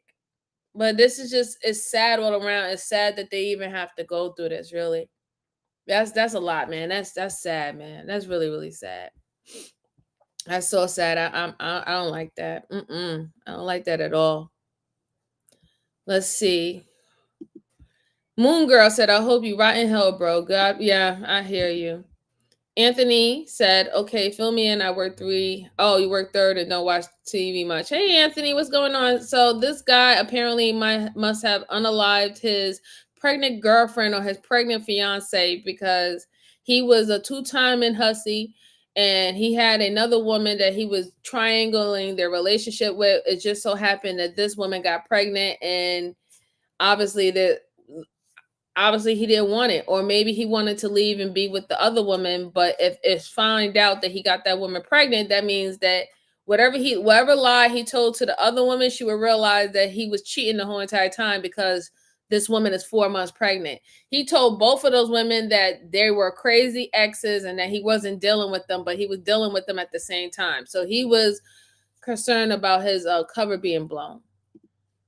William said he is guilty as hell with this reaching for things to say to cameras and so much false grief. Yeah, I agree. Hey, 907, how are you doing, sis? Good to see you. Good to see you. Thank you for stopping by. I truly appreciate you. Yeah, he's playing in their faces. I agree.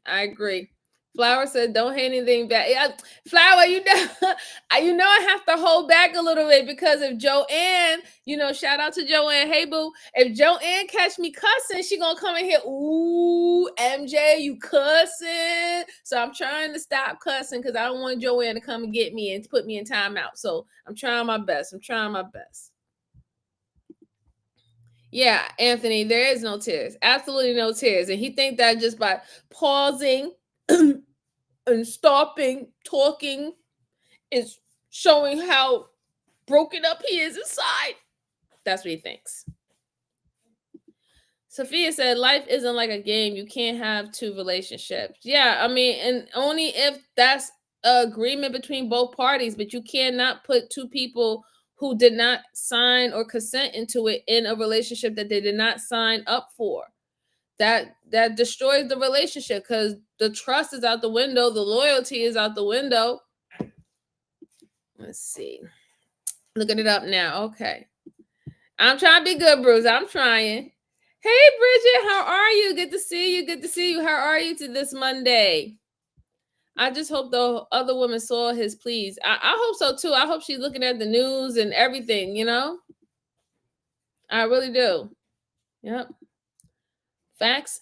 Ego is a dangerous thing for a narcissistic person. I agree. It's that's all they live by. They live on their ego. They don't have nothing else to live for but their ego. And that's why, when they get in protective mode, that's why they become a victim. At first, they'll attack you. And then after that, if that don't work, then they have to turn into a victim. And then they have to team up with their flying monkeys to help attack you or to help portray them as a victim. That's how it goes with them. Let's see. I'm not responsible for what my face does when you talk. Bros. Wow, that's sad. Yeah. Let's see. Amy said public should not have to pay for this closure to stay alive. Yeah. Let's see. Special kind of wicked this guy is. I agree. I definitely agree. How can he pull both of those girls? No, I don't know either. Hey, listen, people like what they like. I don't shame. There's no shaming over here. People like what they like. All right? They like what they like. Now Bruce telling me to get in the corner. Oh, no. Not me. Okay, let's go on. going to do everything we can to find her, and I just pray that she's safe and she comes back. That's all I care about right now. Laura and I have known each other probably for 10 years now. We've, any normal relationship, just take one step at a time, and you take the progress that comes with you. And been to doctor's meetings, we've been sonograms and all the prenatal care that you could ask, and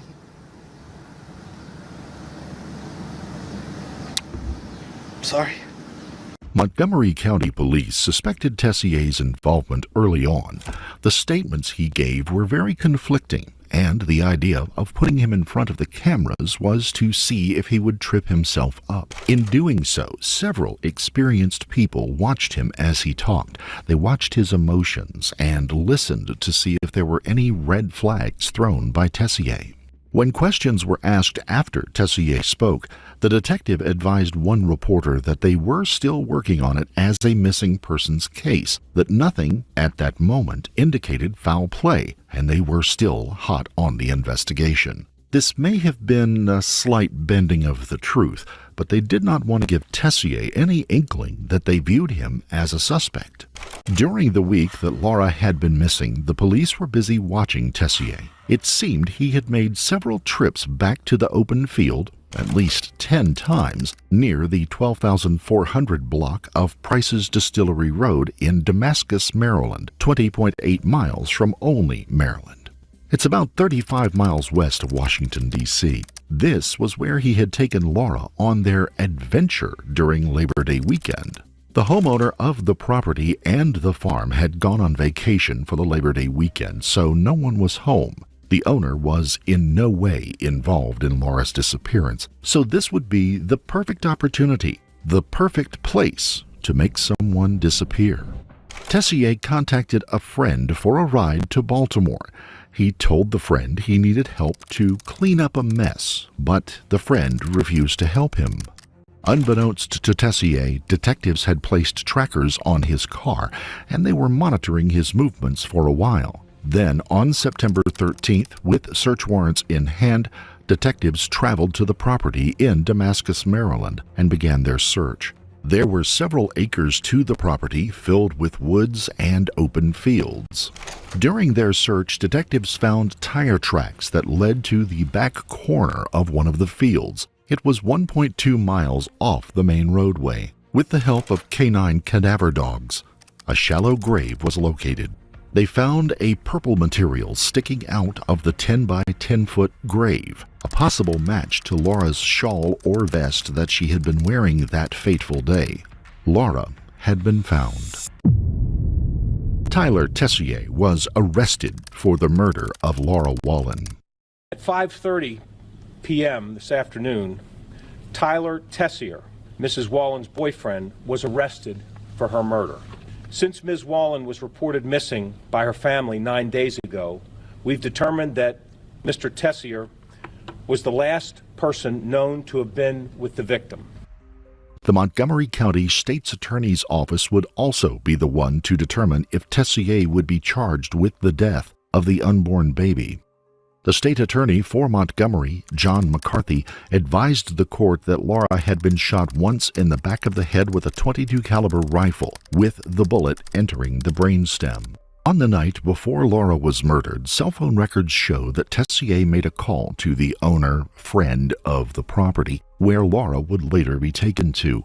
Tessier asked permission to access the safe where 4 .22 caliber rifles were stored. The weapon used in Laura's murder was not found, and investigators could not match the bullet recovered from Laura due to the heavy damage to the projectile. Prosecutors requested that the jury be allowed to go to the property so they could see the processing slaughterhouse facility called KS Cuts. The facilities process wild game and livestock.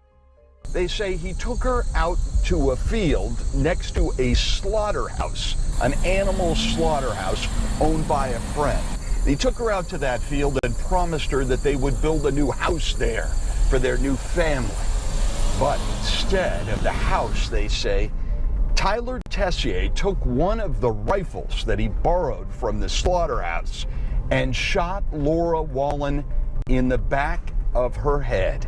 They say it was exactly as you might execute an animal. Testimony will be admitted that the defendant knew exactly where to shoot, which would lead to Miss Wallen's death, according to the prosecutors.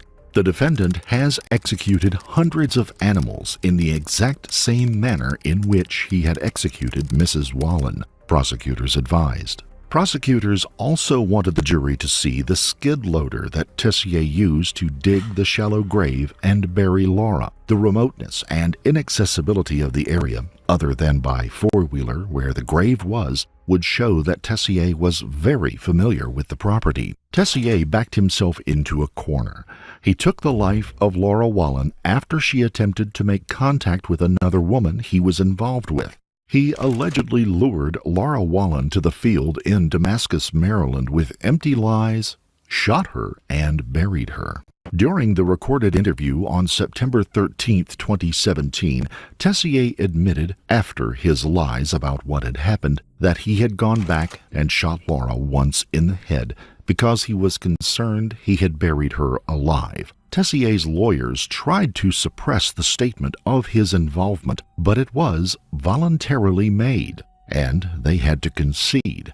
Tessier had basically owned up to the murder. Sadly, the horrific acts committed against Laura Wallen hit a familiar chord with many. For one, the murder of Laci Peterson in 2002. A California man is anxiously waiting to hear word on the mysterious Christmas Eve disappearance of his pregnant wife. Her husband, Scott, quickly became a person of interest, giving this interview to ABC's Diane Sawyer. Are you afraid police will arrest you? No. I know there's no basis. I mean, I had nothing to do with her disappearance. So there's no possible evidence or anything like that. But Laci Peterson wasn't the only person who became a victim of this type of crime. Also consider the Chris Watts and Susan Smith stories. Howard County Public Schools said in a statement on Wednesday night, "It is with a heavy heart that we share the news that Wild Lake High School teacher Miss Laura Wallen was found deceased tonight by Montgomery County Police."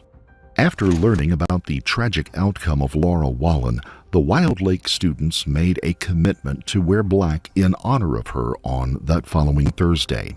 To help the community deal with the tragic news, the Howard County Mobile Crisis Team would be at the high school on Wednesday and Thursday nights. The community was pulling together not only for its residents, but also for the students, especially the students of Laura Wallen. She had been a dedicated and caring teacher to them, and many would have a hard time dealing with her death. Miss Wallen was there with us. She was there. I felt it. Saquon Maxwell is just one of Laura Wallen's many former students. He joined the Wild Lake High School community tonight to mourn the death of the beloved teacher. We'll love her forever. The pregnant teacher was missing for a week. Her body found by police Wednesday. Her boyfriend, now a suspect and in custody. Those here are devastated. I love Miss Wallen dearly. The three of us love Miss Wallen dearly. And it just warms my heart to know that people really reacted to the unfortunate circumstances. She's an amazing person. She truly is one of those special teachers that touches children here before she touches them up here. Those at Wild Lake who knew her best, her students, and they were moved to tears thinking of the difference she made in their lives. She made sure that I did what I had to do as a student, as a person, as a man. Thank you forever. You helped me graduate high school. You motivated me. You motivated everyone else in the school. Through hugs and tears, those that loved her tried to cope. If we were missing, or God forbid anything happened to us, she would have been the first one looking out for us. On September 30th, 2017, Laura and her unborn son Reed were laid to rest at the Lutheran Church of St. Andrew in Silver Spring, Maryland. Over 1,000 people came to pay their respects and say goodbye. May they rest in eternal peace. Jessica, Tyler Tessier had been in court all week long. There'd been no sign that anything was wrong. Today I was in court when the victim, Laura Wallen, her parents came inside and they met with prosecutors. They also listened as the judge dismissed the jury, saying that this was just a shocking development. Tyler Tessier was found dead in his cell this morning. Police say he committed suicide just hours before opening statements in his trial for the murder of his pregnant girlfriend, Laura Wallen, were set to begin. On September the 6th, 2018, 1 year after Tyler Tessier had been charged with the murder of his pregnant girlfriend, he was found dead in his jail cell. It was the same morning that his trial was set to begin. Authorities say Tessier was found early Thursday morning in his cell, deceased. He had begun to prepare for court for the murder trial of Laura Wallen. He had awakened at 4 a.m., showered and dressed, and had breakfast at 4:45 a.m., preparing for court on the case. Tessier was later found hanging from a bedsheet that had been tied to the top bunk in his jail cell. The time he was found was 4:55 a.m. Tessier committed suicide within a 10-minute time frame between cell checks. He was alone in his cell and in a pod with just 15 others. Prosecutors adamantly called Tessier a psychopath and a coward.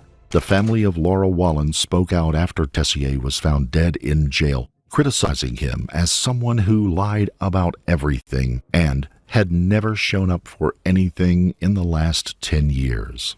Wallen's brother-in-law, John Caddy, said that when he heard Tessier had committed suicide, he reminded his wife that it was his modus operandi. He had not been showing up for anything important for 10 years. Birthdays, holidays, anniversaries. He did not show up. Why would he show up today? It's like to just say that he stood up our family for the last time today. That from John Cotty. Andre, the students at Wild Lake High School, where Laura Wallen taught, named her Teacher of the Year, the second year in a row that she received this honor. But this time her parents accepted the posthumous award for her. Mark and Gwen Wallen called it a proud moment, but one of mixed emotions, saying they miss her every day beyond description. The event honored Laura, Teacher of the Year, at every high school. Laura's parents were in attendance to the honor. Students saw Laura as going above and beyond for them. Laura had made a difference. The Wallens have established a scholarship fund in their daughter's name to benefit college-bound students at Lake Wild High School and to honor Laura's legacy. After the murder of Laura Wallen, her parents fought to have a law passed, making it easier to prosecute an individual for 2 murders when it involves a pregnant woman. The bill was narrowly crafted to protect pregnant women from violent criminals. It does not have any bearing on medical or abortive procedures. The proposed law protects a woman's right to choose to have a child and does not protect the intimate partner that chooses death for a pregnant woman over life. 2 years later, the bill was signed into law. Thank you for watching. If you found this story compelling, don't forget to like the video.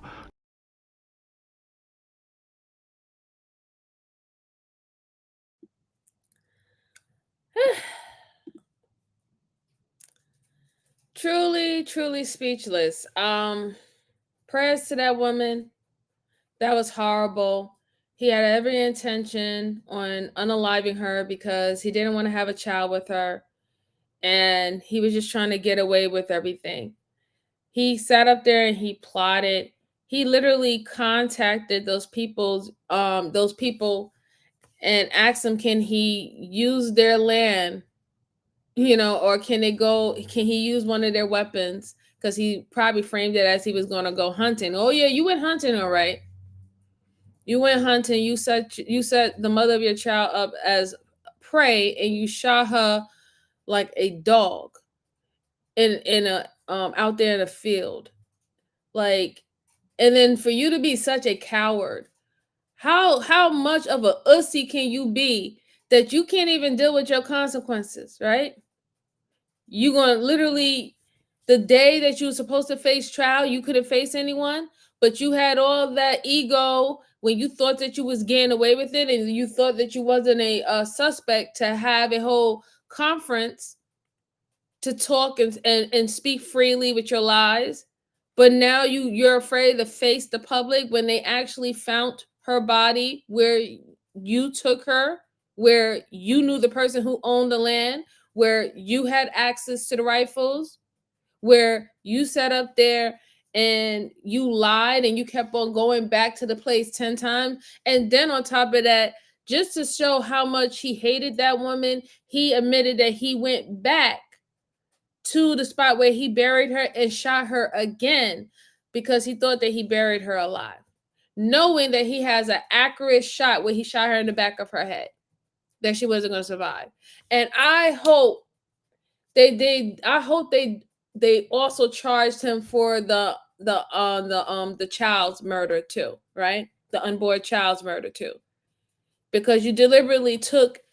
Here's the thing, even let's say, for example, and this doesn't make it better, right? But let's say you only wanted to take her life, right? Now, mind you, we knew that the baby's not going to make it. The baby's only 4 months old, right? Not even well into the like first trimester, a little bit out of the first trimester or so into the second trimester. It would be really hard, a lower percent for you to save a child, right? Definitely would be a whole preemie at best, right? But you didn't even give that child a chance either. You wanted her gone and you wanted that kid gone. That's why you shot her the way that you did, and that's why you buried her out there. You didn't want that child out alive either, and that's why I hope that they was gonna get him on both deaths. But no, he's too much of a ussy. I don't want to say the P word. He's too much of a ussy to even face everyone and take the consequences for what he did. And it's sad to me because it just doesn't seem so realistic, God. Like I'm really not even understanding his intent. Like his intent doesn't even make sense to me, right? It really don't. You don't have to be with this woman. There are so many men out here who have children with women that they are not with. They are not married to the people that they have children with. Yes, it's a sucky situation. Yes, I'm sure there's horror stories of individuals trying to deal with a estranged girlfriend or a estranged baby mother or another parent of the child and having to go through the court system. I get all that. But there's so many avenues and so many support that you can navigate it so it never gets to the point where you have to say, well, I just need to just remove this person and remove the kid and just start fresh and start all over. It doesn't make any sense. I'm sure if you would have told her that you didn't want to be with her anymore, you see all that support that woman had. Everybody in that whole town knew that girl, knew that woman. Everybody in that whole town loved that woman. You seen her students. Her students was out there. There was like the first people leading the way to try to find her and posting pit. She was well known, well respected, and well loved in her community. She had nothing but support. She didn't need your raggedy ass if you didn't want to be there. But why take her life? Why believe that you even have the right to take her life? I'm never going to get over stuff like that. I'm never going to be okay with anything like that. I'm not going to be okay with stuff like that. It's just straight selfishness. It's pure selfishness. It's pure cold-hearted and evil. All you had to do was just step away. Step away. You don't have to be bothered with her. Nobody's you're literally not chained to this woman anymore. You're not chained to this woman. You didn't have to do that. But see, I think one of the reasons why doing that is also a sense of jealousy too. Because he didn't want to give up the other girl. He didn't want to give her up. But God forbid if he allowed her to live her life and meet someone else and actually be with someone who actually love her, care about her, and want to live, a healthy marriage with her. God forbid if she finds somebody else, right? Oh no, you can't be with nobody else. And you definitely ain't going to be with nobody else with my kid. Boy, bye. It's terrible. Yeah, poor parents, man. Poor parents. I'm sick. I'm sickened by that. I'm a loss for words. Apologize, guy. I want to say more, but I'm trying not to curse anymore because I'm watching out for Joanne. I don't want Joanne to come up in here and attack me. You know, Joanne go, ooh, I don't want that. I'm trying to escape that because I know she's gonna come. She's gonna come, you know. Yes, what a terrible thing to live with. Yeah, and I agree. I agree. They would definitely charge him with double homicide with her being pregnant 100%. This one really does belong under the jail. I remember when this happened. Yeah, it's sad. It's really sad. But he should have, you know, he should have went under the jail and became a nice little butt boyfriend with somebody in jail. But no, he couldn't take his consequences and he unalived himself, just like the punk he is. Anyway, guys, that's all I have for you today. I hope that you enjoyed the cases. They were, like I said, they were kind of old. Some of you guys knew what they were. These are the first ones that or the first time I reviewed them. And I just truly appreciate you. Sorry, that kind of like disturbed my spirit a little bit. Like I hate things with children, and I get a little, y'all know how tense I get. But I just want to appreciate y'all was able to rock out with me for as long as you have. Please make sure you're hitting the like button once you're exiting. I have to hurry up and get ready to go to work. Yeah, I had a little time, you know, just to probably finish eating, and then I'm going to start getting dressed and heading to work. I will be coming back Wednesday. So Wednesday I'll come with 3 more cases for you guys. I truly appreciate you. Truly appreciate the viewership. Even if we don't agree, that is fine. As long as we keep it cute, respectful, and cordial in the chat, you are always welcome. Always welcome. Always welcome. I appreciate you all. Thank y'all so much. Enjoy the rest of your evening, and I will see you on Wednesday. Goodbye, everyone. Take care.